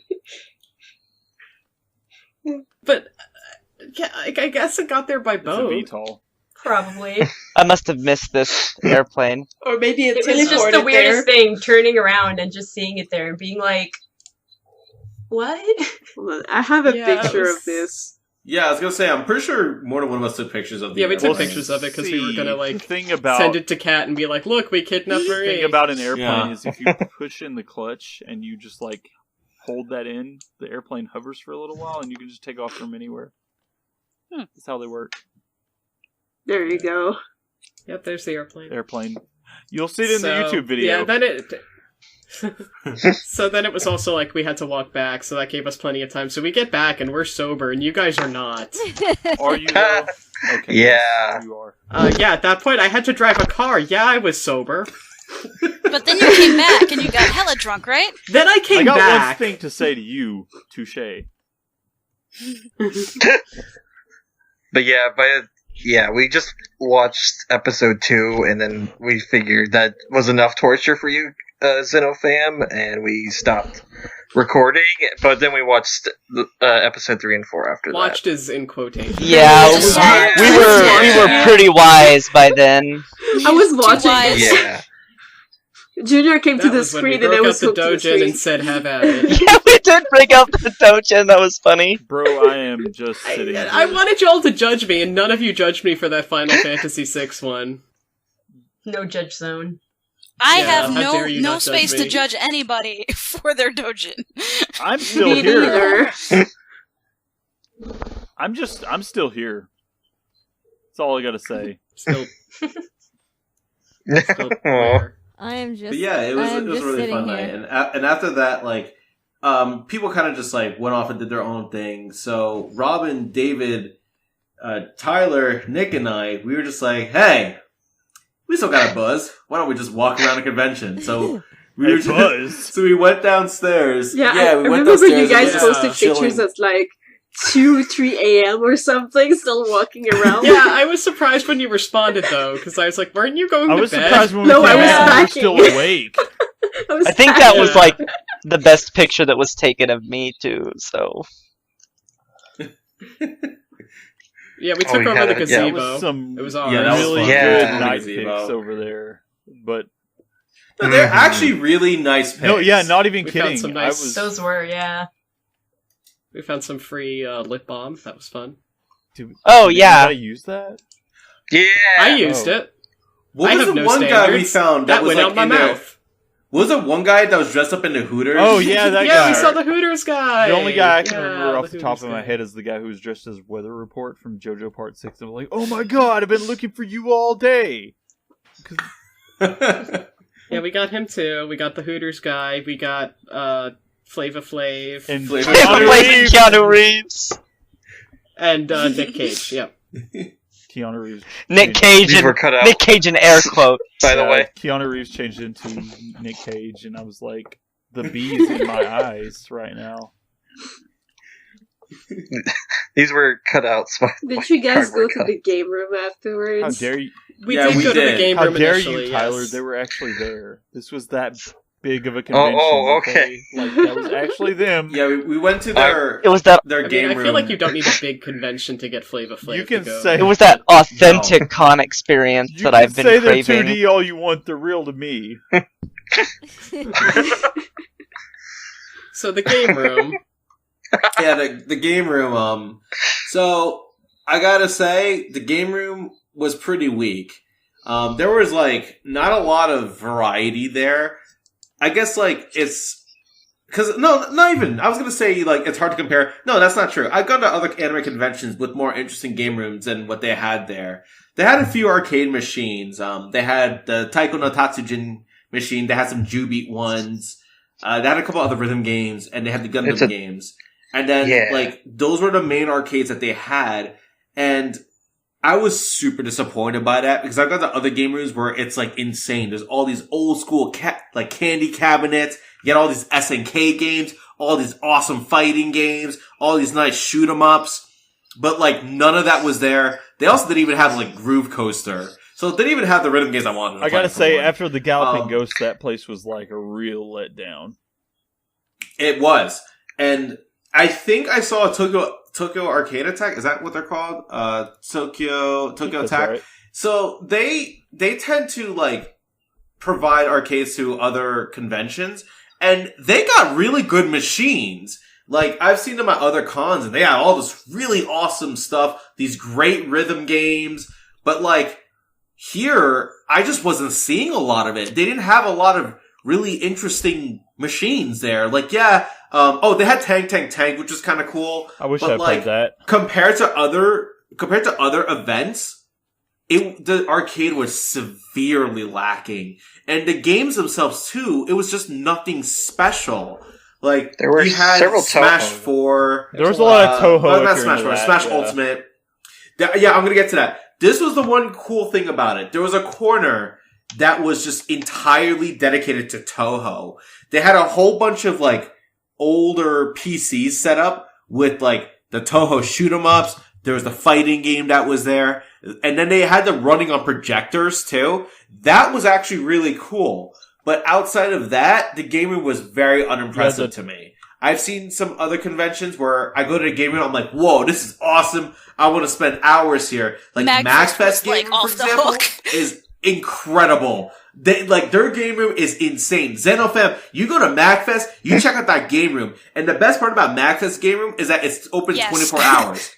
That's so freaking cool. Katsucon is not only does it close, it's not even open all night. It's just one little room. Yeah, and there's just not a lot of stuff in there. So you'll see everything that's there in a couple minutes. I was actually really surprised because we got back to the room and it was almost 4 o'clock and I was like, whoa, wait, what? We were out that late? Because I felt like the last place we went was the game room and it was like, okay, so all this other stuff is okay. This Toho section is pretty decent if you're into that. And I was luckily into the shooters and stuff like that. So, I've not played a lot of Toho, but I was just I could fall asleep at this Toho. I feel like that the Toho's thing was really cool. I feel like that Toho setup though, I don't know if it's maybe the same group, but I remember a few years ago when I went to Otakon, there was a similar setup there. So I'm wondering if it's not just the same group of people from around these parts that goes also to Katsucon. Likely. Because there's a huge Toho fandom around these parts, seems like. Yeah, the Toho part, that was actually really cool. But otherwise, everything else, not really. Because, for me, what makes a great game room is if I'm seeing games that I don't often see. That's what's going to make a game room for me. If I'm going there and I see cabinets of games that are uncommon, that I don't often see, that's going to make me want to play them more. I'm going to see this arcade game and be like, oh wow, here's this obscure game I haven't seen in a long time. I'm going to want to play it. But if it's just the normal stuff, that's not going to do anything for me.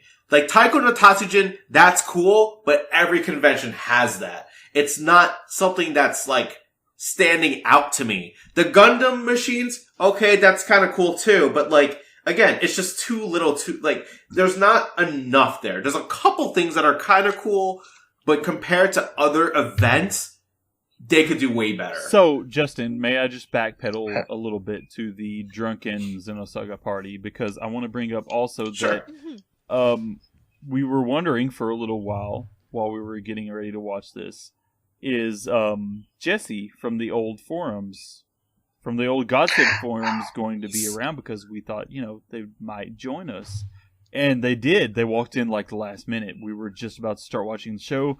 Her husband walked in, and they were both awesome, incredible people. They helped us finish our alcohol. They did that, yeah. They helped us finish off our alcohol. They were just really fun to be around. They had some really interesting insights. I mean, between Jesse's husband John, who had not been really exposed to Xenosaga, and then we had Erin and Jeremy over there, and between especially I felt like between John sitting on one side of me and Jeremy and Erin on the other side, I was thinking, man, this is just amazing commentary from Erin would just chime in whenever she felt like it, and then we had Jeremy just he had been more talkative during that viewing than I felt like he had been the whole weekend as far as what I was around. Well, he also kind of ninja disappeared often. He did that, yeah. Yes. And I think from what he said, he also went a lot to rave or bars and stuff. I'm not exactly sure what his adventures were. Apparently he said he went to a dance party. I think he said he went to bars every night after that, yeah.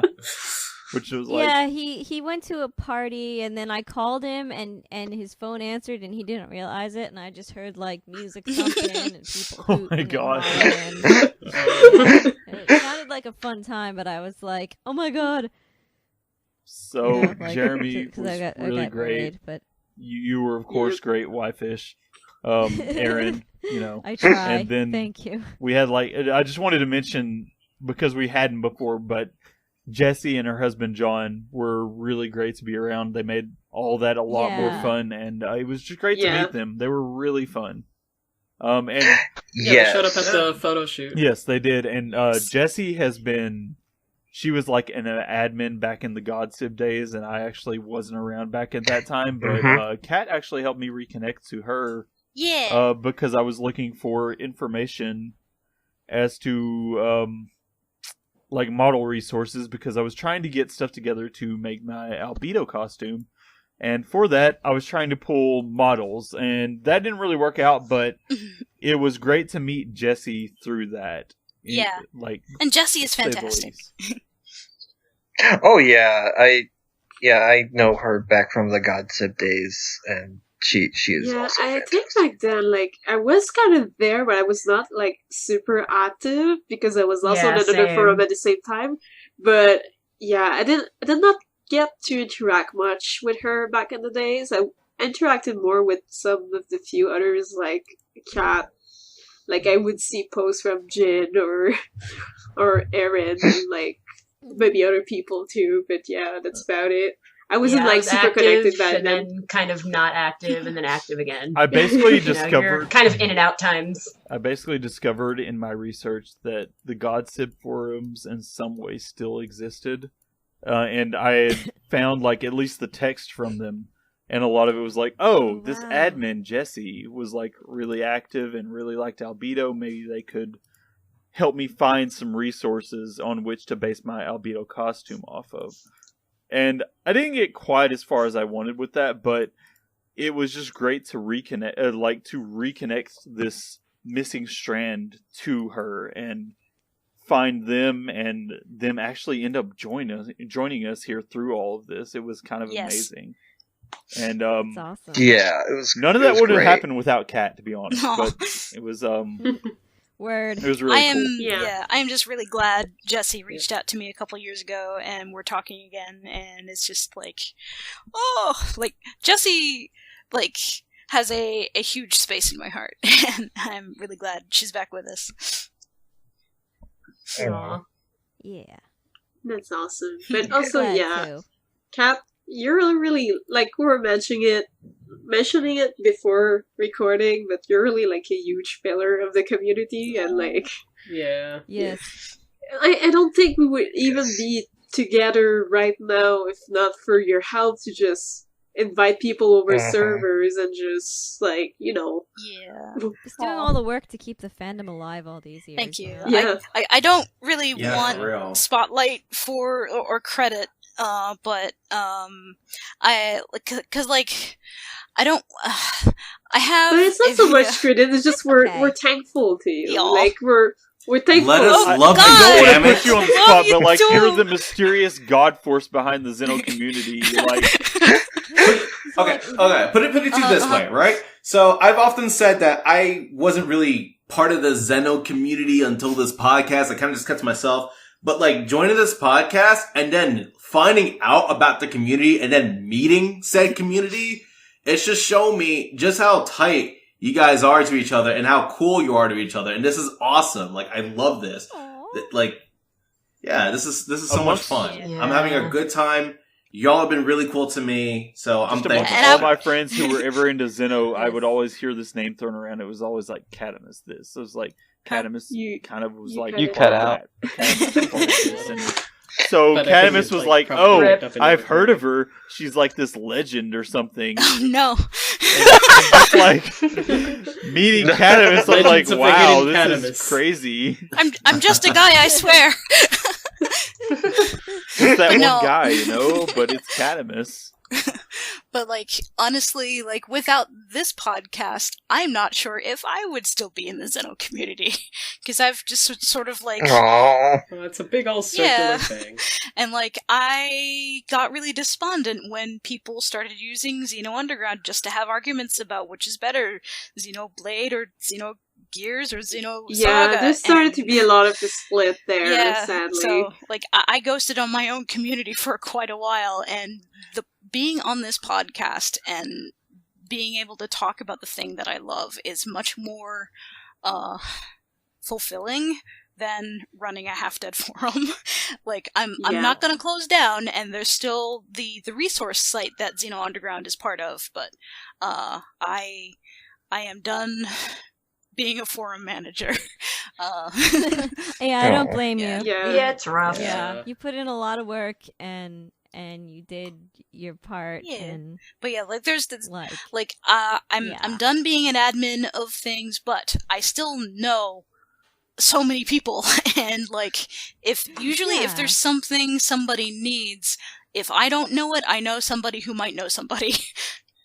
Yeah, exactly. That's great. I know a guy who knows a guy. Well, the real treasure was the friends that we made along the way. Oh yeah. Oh, absolutely. That was the greatest thing in the dealer's room. Real treasure was the dealers we met along the way.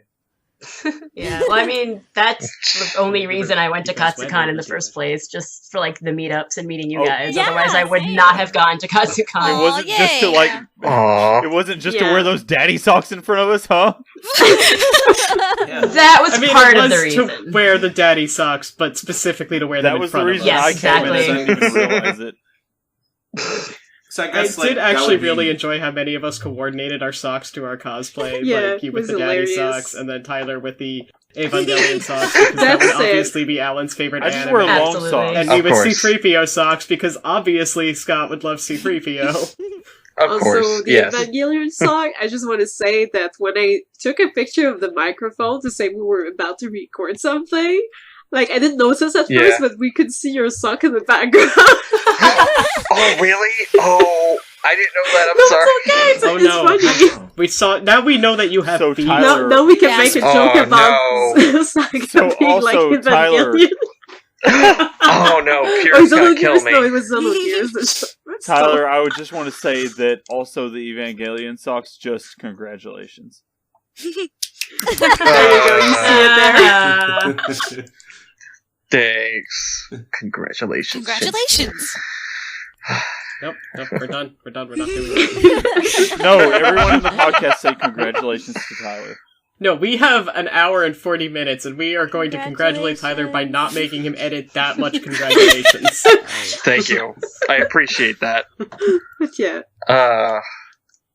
God, but it was so great meeting you guys, because it really was. Like, yeah, I didn't have very many people. No, I didn't have any people growing up that really liked the Xeno games, but being able to like hang out with you guys and like talk about like which Xeno characters like would how they would react to hot sauce would in person, that was like a great conversation. We talked about how like Rico would take it like a champ, and then like Bart would also try to like pull it off, but they were secretly like they just crying. have a contest. Yeah.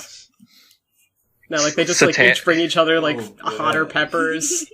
I can Ramses do it. would talk shit Also, but not be able to take it. I also like that one night where what was it? I think it was like Kat, Erin, and we were all singing "Smaller Two Pieces." God, yeah. I think a lot of us were in on that, actually. Yeah, it was almost Vibing. Everybody. We were vibing. Oh, is everybody that was like everybody in the room, because that was like the night I got there. Yeah. Well, I don't know the lyrics to that one as good as actually, like, I was doing the Cat's Xenosaga Wig at the songs, time. I heard you guys in the background singing something, but I was like, focus on my wig.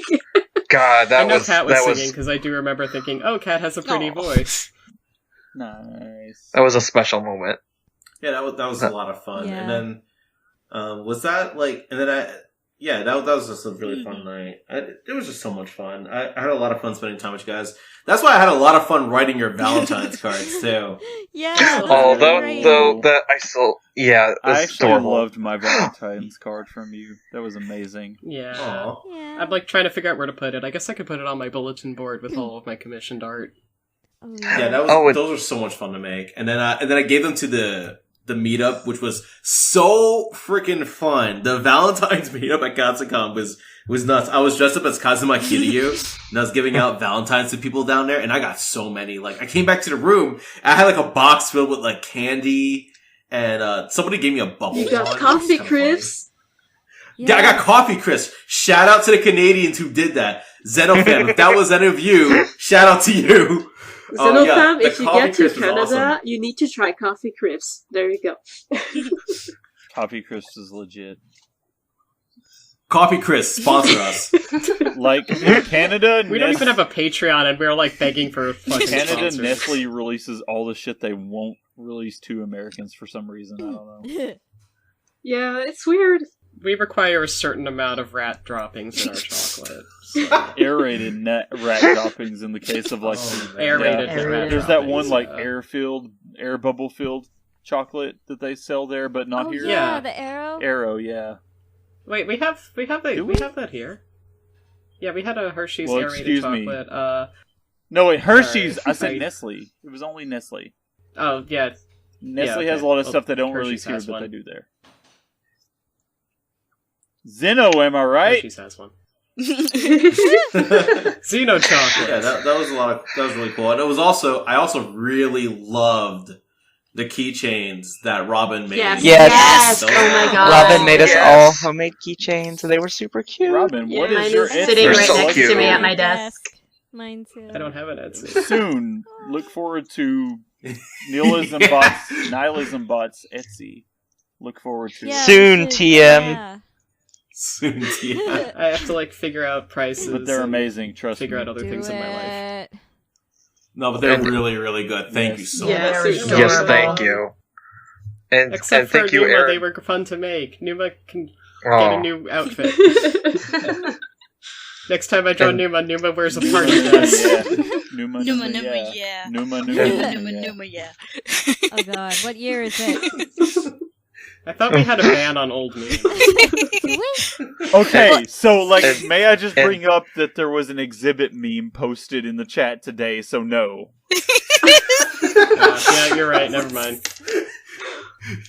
And also, thank you, Erin, for the chibi Cosmos you drew for me. Yes, and thank you for the chibi. That was adorable. Adorable. Man, I wish you could all see that. It's also adorable. Oh my gosh! Yeah, those are I wish absolutely I had brought adorable. that.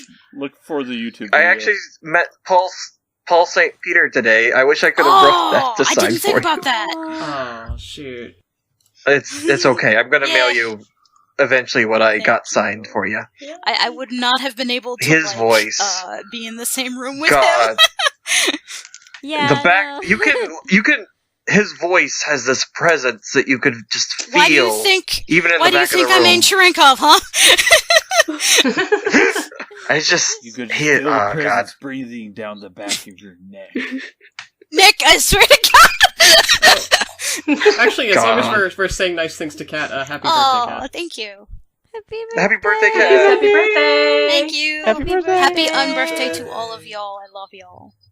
Aw, love you too, Kat. Love you 5 ever. Okay. I'm 38 years young. So is there any other things that Katsu, like, either you liked or disliked that you guys want to talk about? So, like, it was Valentine's Day during Katsu, and I looked out the window, and on the Ferris wheel there was a heart. Aww, that was really cute. I didn't even notice that. That was cute. I didn't either. I was the one who pointed it out. I told Nick, I was like, yo, there's a heart on the Ferris wheel. And I said, yeah, let's kiss. That's what happened. No, that would be later. Wait a second, I don't recall this. No, I didn't say it twice. I wasn't there. I went home for Valentine's Day. I called up Kat and said, hey, let's kiss. No. You just kept calling everybody, and you're like, "Can we kiss?" And they kept getting rejected, and it was just really sad. Window, okay. Oh, Nick. Oh, Nick. But yeah, I don't think we have much other than, like, we had the Sunday where we were, like, me and Nick were kind of running to get ready to cosplay, but also running to pack everything and go. Yeah, you guys were Bart and Margie. Yeah. It was amazing. Yeah. Yeah, you were adorable. Yeah, all the pictures by the water were great. I lost my eye patch, but it's still okay. Oh, it's okay. Oh no. It was just Bart with a fake eye. Yeah, Bart with the fake eye. Just like Thor. Like, because sometimes you'd have to do that because you don't want the you gotta to fire kind the of Bart collapse, mixels with the fake eye. To be honest, I think Katsu may have given me the strength to work on Margie again, because I have yet to finish her hat, gloves, and boots cover. But I believe in you. Yes. But I think I'm gonna definitely start with the hat, because that's been sitting, like, in pieces for a while.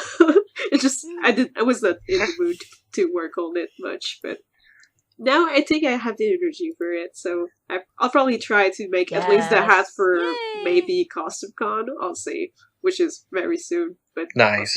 Oh, Costume Con. Yeah, Katsucon. It's like Katsucon. Katsucon.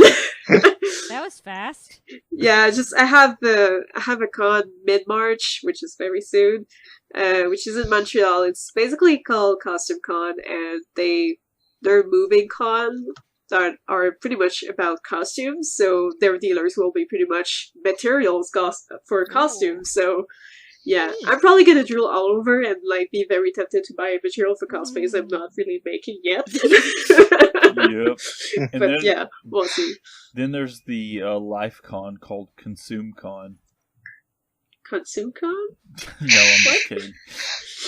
But that's every day. Yeah, I think we're all planning on, like, meeting up again at MagFest. Yes, we would love to go. I think that's the tentative plan. Yeah, so we want to plan an even bigger meetup, more cosplayers, more people. Let's do it.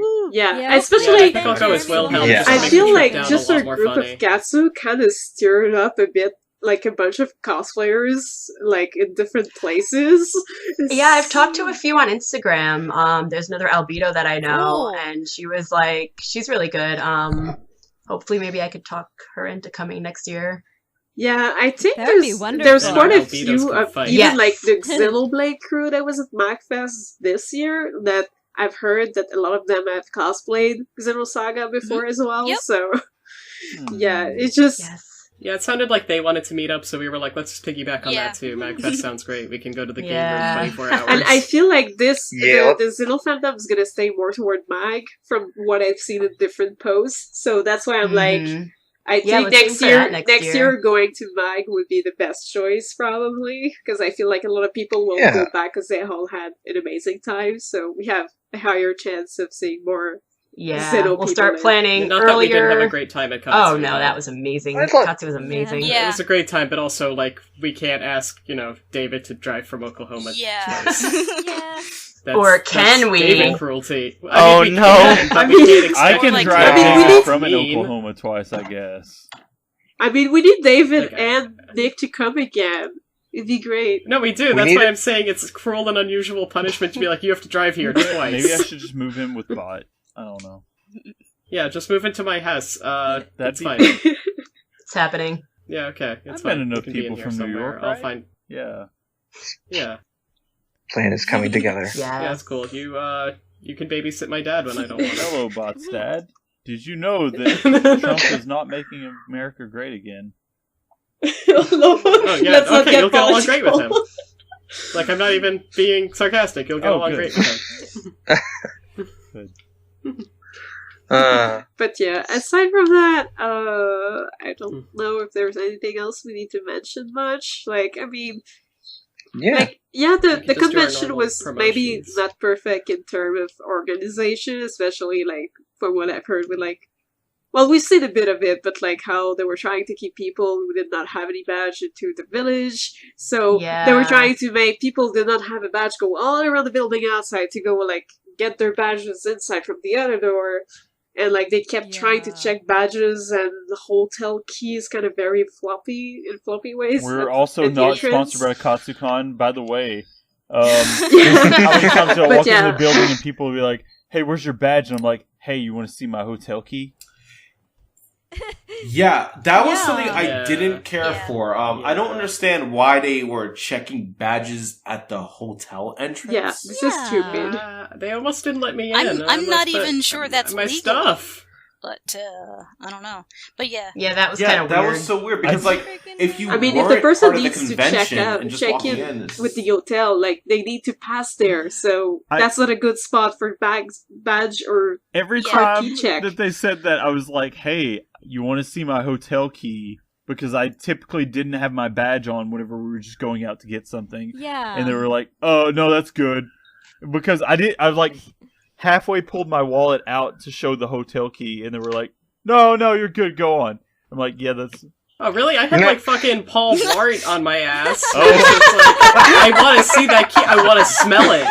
I need that key. You got that key? I want to see it. I want to make sure it says that it is for the right hotel. So anyway, Bot walked through, or Robin walked through, and Virgil was at the door and was like, let me sniff that hotel key of yours. It reeks of Realian shit.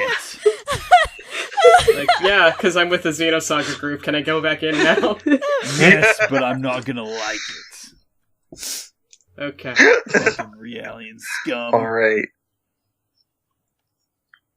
And that was our improv group, if you'd like. And this is why we're going to MAG next year. Oh yeah. Yeah. We definitely need Which to. will be at the exact I think for me, hotel. the most tricky part of MAG is the placement. But I think if I were to, like, be able to come back within Montreal by Monday evening, I'd be okay. It's just, usually, my company usually does inventory on the Monday and Tuesday, the week right after, like, New Year. Oh no! And I'm kind of, like, an important person, so I don't know if, like, I'll be able to get the day off for the transit back, basically, so... But I'll try my best. I'll probably ask, like, months and months in advance, like, as soon as the Ask tomorrow. Well, yeah. Actually, I need the new vacation days, they kind of start in May, so, like, probably right as they ask for the first days, they're just gonna be like, Day one. Night Fest dates, there you go. So they're gonna accept them, and then you're gonna be like, oh fuck. And I'll be like, you accepted them, bye! Should have paid attention, idiot. But yeah, I think if it's just one day, I think I should be able to negotiate, to be honest, because, yeah. Usually my department doesn't take that long to count, and then I'm mostly helping with the after inventory, because there's always mess up everywhere, so... Because people don't know how to count personal rant, but yeah. Nice job agreeing to that, morons. But yeah, I should be okay if I ask way in advance, I think. We'll see. I'll keep you guys posted. Right. Yes. Yeah. Alright, well, I guess this seemed like a good ending spot, or is there any last comments? Should David and I talk at all about our trip back? Where we, do you want to, David? Is there? Yeah, What happened? I mean, we didn't... There is one humorous thing of note, I guess. Oh? Yeah. I mean... We kind of, slept in a KFC parking lot. That. Nice! Nice. Did Colonel Sandal? I can't even say his Colonel name. Sandals. Colonel Sanders? Yes, he came to the parking lot and he said, "Hey, did you play my dating game?" Oh shit! And we play that. and we said it's finger licking good. Yeah, that's what we said. God! Would you let me dream about it now? And he said, "Yes, that's fine." I'm like, "Okay, we're going to sleep now." So I slept for 2 hours. I woke up and I was like, "Fuck it, well, let's go." And we drove back home. That's all there was to it. That's all of note. Other than that, we also listened to our esteemed other podcasts that we admire anyway, called Retrograde Amnesia, that you should also check out. Guys, there's something wrong with my computer. I have to stop my recording. I will be back though. Alright, well, okie dokie. we're probably going to wrap up soon, so, yeah. You do your thing. Thank you. Yeah, but shout out to them. They are Yep. Retrograde Amnesia. Yeah, they're really good. I hope I'd like to do an episode with them one of these days. Also, thank you, Catamus. Yeah. We can talk about fake nets. The fake net. Initializing fake net. Okay. Initiate fake nets. Oh, Initializing fake net, because they're randomly We- British anyway. we love you guys. Shall we just do the round of promotion talk? Yeah, let's wrap things up. So we'll just go around. If there's any projects or social media you want to share, just go ahead. Start with Justin. So, not a whole lot for me to promote. I guess I am working on a Shenmue 3 review, so hopefully I'll have that out really soon. Because I've been playing the game like crazy over these last couple of days trying to finish it. So yeah, I got a lot of thoughts about that game. So yeah, be on the lookout for that when that finally drops. Otherwise, I am working on some other projects, but I'm not quite ready to reveal them in public just yet. So stay tuned. Nice. Okay. Robin, what you got going on? Read my fanfic. I wrote. Go to the archive of our own. Go to. What the fuck did I call it? I called it something real stupid. Like Xeno Sleepy Time Hugs. There's a really good one on there that Bot wrote about HB rating everyone's cuddles. Yeah, that's the one I was going to tell you to read. You can skip all the others, just read the one where HB rates everybody's cuddles. It's hilarious. And throw the other 3 chapters into the garbage. That's all I have. Okay. I'm just really proud of that, and I'm going to demand everyone fucking read it. Awesome. All right. Nick, what do you got going on? I have jack shit going on for the next few months, and I plan to keep it that way. I will probably try my best to go to a Talkathon in August in Montreal. Yay! Yeah, of course. But as far as what cosplay I plan for that, we'll see. It's the Saga again. Probably Saga again. Yes. I will try to finish my Jin from Xenoblade 2. Same for me with that. Laura. Yeah. I'm gonna try. So other than that, not jack shit other than playing some games. I like saying the words jack shit. All right. That's valid. Which are you still streaming Xenoblade I 3? am going to reinitialize FakeNet and stream more Xenosaga 3 pretty soon here anyway. So yeah, I'll be doing that. It's Radio Tanuki with the U in the NUKI part. As far as like Twitch goes, if you guys want to watch that, so that's fine.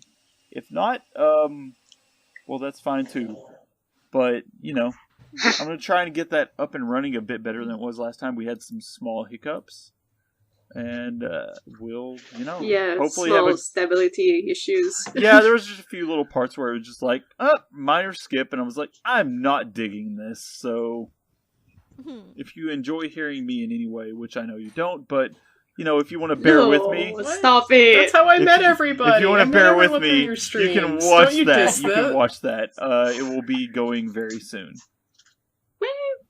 Nice. Alright, Marie, what do you got going on? Shit ton of conventions. I figured. Marie's like, I lost my mind convention year. I just signed up for everything, and whatever sticks, we'll go with it. The problem is that it's because this is usually my kind of dead period, but now I just went to Katsucon, and it just happens so that this year we have a bunch of non-local con coming to Montreal, like their type of cons that moves around. So it's just like everything's at the same time. And it's just like, so now I have Katsu that just passed. I'm gonna have Costume Con mid-March. I have CupoCon, which is a Final Fantasy team con, on beginning April. And then I have a smaller one that I think I might go just one day in the end because my dad decided he wanted to move on that weekend. So I was like, well, you know, between my dad and a convention, I mean, I'm gonna go help my dad, obviously. So yeah, I'm probably gonna go just one day, but that one's very small. It's called Geek It. And then my next big one is basically Anime Lord, end of May. June, so far, it's kind of dead, but at the same time, like, I would have wanted to try Yatsukon, but I have nobody to go at and over there, so I'm just like, I think it's pretty much a dead plan right now. And then it's pretty much Otakuthon, and then I'm gonna have a break for a while. Otakuthon's in mid-August, if anyone's interested. It's a really good con. But yeah, that's about it. That's a lot. All right. Yeah, I know. Yeah, that is a lot. Good luck. Yeah. But most of my big cosplay plans are mostly for Otakuthon, so I'm probably just gonna work on long term more than like rush, but I'm still gonna rush a lot because I always take more than I can chew. But it's okay. All right. Erin, what you got going on? Oh gosh. Okay. So Jeremy and I, as I mentioned, I think in the beginning, we accidentally an entire house. So we've been moving in since like mid-January. Oh, an entire house. Yeah, that's an entire house. Yes. Your house is really cute too. I really like it. It's great. Thanks. So we've been spending a lot of time like unpacking and doing home improvement. In fact, Jeremy is like drilling stuff in the background right now. But that's why he didn't get to. He didn't have time to finish his Ziggy cosplay, unfortunately. So I had to go as unaccompanied Yuri. But he wants to finish. He wants to finish it eventually. And so once we get situated, we'll probably end up going to more cons, and actually he'll have his cosplay done then. So hopefully we can do another meetup, and then the gang will all be there. Definitely we're doing other meetups. I mean, I already miss all of you guys. I'm just like, big fan, big fan. It's like so hard. Yeah, it's like, why are we so all far apart? Like there's so many people all over the place. Just I wish we could like teleport, or just like open up a UMN column and just hang out. Yeah, exactly. That would be wonderful. Almost like the internet to meet you all again. Almost like the internet. Yes. So that hopefully we'll finish our cosplays and then meet up again. And in the meantime, this isn't really like Xeno related or fandom related, but the county where we live is doing like an art studio tour in the spring in May, and so we'll probably be putting out a little introductory video about that, and getting some art ready to show at that thing. So nice. Yeah, we got a lot of stuff going on. But yeah, and definitely I want to meet up with you guys again because that was awesome. I had so much fun. I know Jeremy did too. Great. So, Great. Yeah. Awesome. Word. Good, I'm glad you had fun. Glad you had fun too, but I was less sure about Jeremy. Oh yeah, he did. He's kind of he's very Jeremy, but he did have a good time. and he really liked all you guys. Jeremy. Yeah, he's Jeremy, but he really liked you guys. I also really enjoyed. We like him too. Insane fashion sense. That was like. Yeah, it was awesome. Some of the stuff he wore was like unlike Jeremy anything I teaching saw me how to open beer before. bottles. He is a Nomura character. They enjoyed your fashion sense, Jeremy. Hello. There he is. Yay! Hello, Jeremy. Oh, hey. Hi. Hi. Nice to hear from you again. Yeah. We're glad you had a good time. We all had a good time because you were there. To open our beers when we had to open. Hey, I did my best, but Hey, did anybody have to pay for that remote control? No. I don't think they added it to our bill. Okay, good. Well, you didn't So Jeremy was able to open a beer with a remote control. No, but it did no damage to the remote. It was You'll great. be pleased to know. He did it without damaging the remote at all. The remote survived unscathed. The second time, the remote took a few hits. The remote took 0 hits and it was fine. Yeah, no, seriously, they're gonna take that out Remote of our took bill. it like a champ. Like a champ. Gaylord Hotel, like if you're listening, the remote is fine.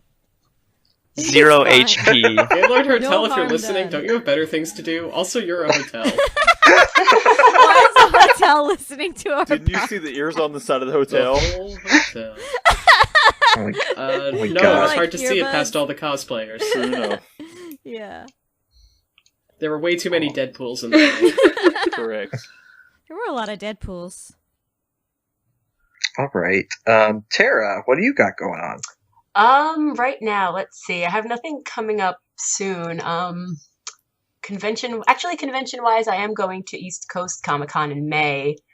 And an event the weekend after that in Georgia for The Walking Dead, which is my other passion that I cosplay from. But other than that, nothing really going on until Comic-Con again, New York Comic-Con, which is in October. Sounded like Near Automata. Near Comic-Con. Near Automata. Can't wait for the sequel. But other than that, I have a cosplay Instagram. It's Sonnen Gardens, which is hard to spell because it's a German word. So we could put that, maybe a link up somewhere. Oh, yeah. Yeah, I can put that in the notes. Awesome, yeah. And I'm posting a lot of the stuff that we took over the weekend. I'll be posting that over the next few weeks. Awesome. And I post my other stuff up there. Speaking of Tyler, we have a new website? Oh, well, I guess by the time... Well, let's get through everybody first, and then we can discuss that. No, that's okay. David, what you got going on? Nothing right now, just work, but hopefully I want to start writing some stuff, but I don't know what yet. Do it. So, do it. I just have to write some stuff down. We support you. We support you. Do it. No pressure. Yeah, no pressure or anything. Totally do it. All right. Well, Kat couldn't make it back, but they said that all they've been doing is playing Final Fantasy 14 and drawing, which they are a fantastic artist. Yes. Kat was actually recently featured Definitely. on another Twitch channel, actually. Oh, yeah. The special. I'll have to see if I can get a link to that. Can you get us a link to that, actually? Yeah, I'll do some sleuthing. We can put it in the show notes. I unfortunately cannot recall off the top of my head the name of the channel, but they are a prominent art channel on the Twitch. On the Twitch. Very nice. On the Twitch. Yes. I am a young person. Trust me. You're all very on young. the Twitches. On the Twitch. Okay, well, as far as me, I've been just editing episodes of this. Hopefully I'll have the minigame episode up eventually. Oh, I'll finally be introduced. Yeah, then you'll finally... Oh, I'm so sorry. I need to say it because Sarah was in there back then, but basically we did the holiday special and released it really ASAP, but like the episode where Robin actually like introduced himself was like the minigame episode, and that's not out yet. Oh my goodness. We recorded it back in December, and I'm a terrible person. No, you're not a terrible person. If that's your most grievous crime, you're doing good. Because my most grievous crime involves Thomas the Tank Engine. No. Oh, please. One of my not go there. Not here. Reading aloud fiction. Cross out. That is very much like Thomas the Let's Tank not. Engine. I need to hear this story later. Later. We're not recording that. We are not recording that. I was doing cosplay making when that happened. Yeah, it was something. But if you tell us on Twitter that you'd like us to have a Patreon, we will record that for you. Oh, absolutely. Oh my gosh. Like, we have some ideas. Bad things, no issue. You heard that, Xenofam? You know what to do. Tell us on Twitter that you want us to have a Patreon. But yeah, as give me $5. So join Patreon's Fiverr. As Nick said, we are. Sorry, but as Nick said, we do have a website. I don't. It's kind of still in the works. I don't know how much we want to spruce it up. But hopefully by the time this episode's up, we will have it launched, like, if officially. If only we were sponsored by Squarespace. But yeah, it is XenoChat.wordpress.com. We should have a list of different, I think we have a list of episodes there, and different hosts and guests, and other stuff. But we'll work on that, and hopefully it'll be a good hub for just kind of a history of XenoChat, and also there will be a contact page, so if you don't want to, because we do have an email account, XenoChatPodcast@gmail.com, but I guess communicating through email is not exactly archaic, but probably don't do it too often, but there is a communication part of our website that you'll just be able to contact us there. If you don't want to contact us through Twitter. Yes, which our Twitter is Xeno_chat, and the Xeno is with a Z because the X was taken. I probably... Sorry, I just wanted to mention that I just looked up real fast, and if you don't want to look up the show notes, the show that Catamus was recently featured on that is an art show, it's on Twitch. It is called Twitch, or it's under www.twitch.tv/Tomorrow's Today Show. So if you were looking for her on there, that is the show to look up. It's Tomorrow's Today. And they are an art show, and you will see some of Catamus's on-the-fly art there. It was a pretty great podcast. Yeah. Yes. Ooh, thanks for the save there. All right.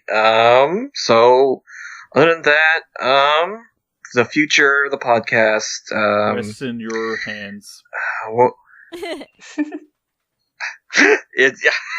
Well, no pressure, I guess. But yeah, no. So yeah, the only episode we have in the back burner is, of course, the minigame episode. This episode, and I think the next episodes we're trying to get some more guests. I already mentioned Retrograde Amnesia, but we're also going to reach out and have an episode with Purple Shala and Anime Vivi from Twitter. They did the that Xenosaga. Well, they did covers of multiple Xeno things, including Gears and Blade. Yeah, they've done Gears and but they've done some really good covers of the Xeno games. And it's so it'll be amazing. Yeah, it is. Yeah. I met Purple Shala at MagFest, and they're super nice. I can't wait to have them on here. Yes, those two episodes I'm really excited about. I know Pure wants to come back for another episode, so I'm a little excited. slash nerd. Oh no! So the guy who hates Xeno is going to come back on the Xeno podcast. I'm surprised he wants to come back. Jeez. Yeah. I'm surprised I'm still alive. It's only like 900. No. On that same note, but yeah. That's not going to be that's not our catchphrase. Fuck off, that Budweiser. Is totally our catchphrase. We should just end the podcast there. All right. Well, Well, thanks for listening, everybody, and thanks for all the guests. Unless you work for Subway. Unless you like if you work for Subway, I feel sorry for you. Alright, guys. Let's just close it. Sorry. We can argue about Subway afterwards. Thank you. But yeah, thanks for listening. Thanks for you guys coming. I enjoyed talking about the convention, and I miss you guys. Miss you too. Really bad. Big Sam. Huge Sam. So yeah. Well, have a good night, everybody. Thank you for listening. Bye. Yes, goodbye. It was great being here. Fuck off, Budweiser. Goodbye. Until next time, Xenofam. Take care. Good night. Save the game?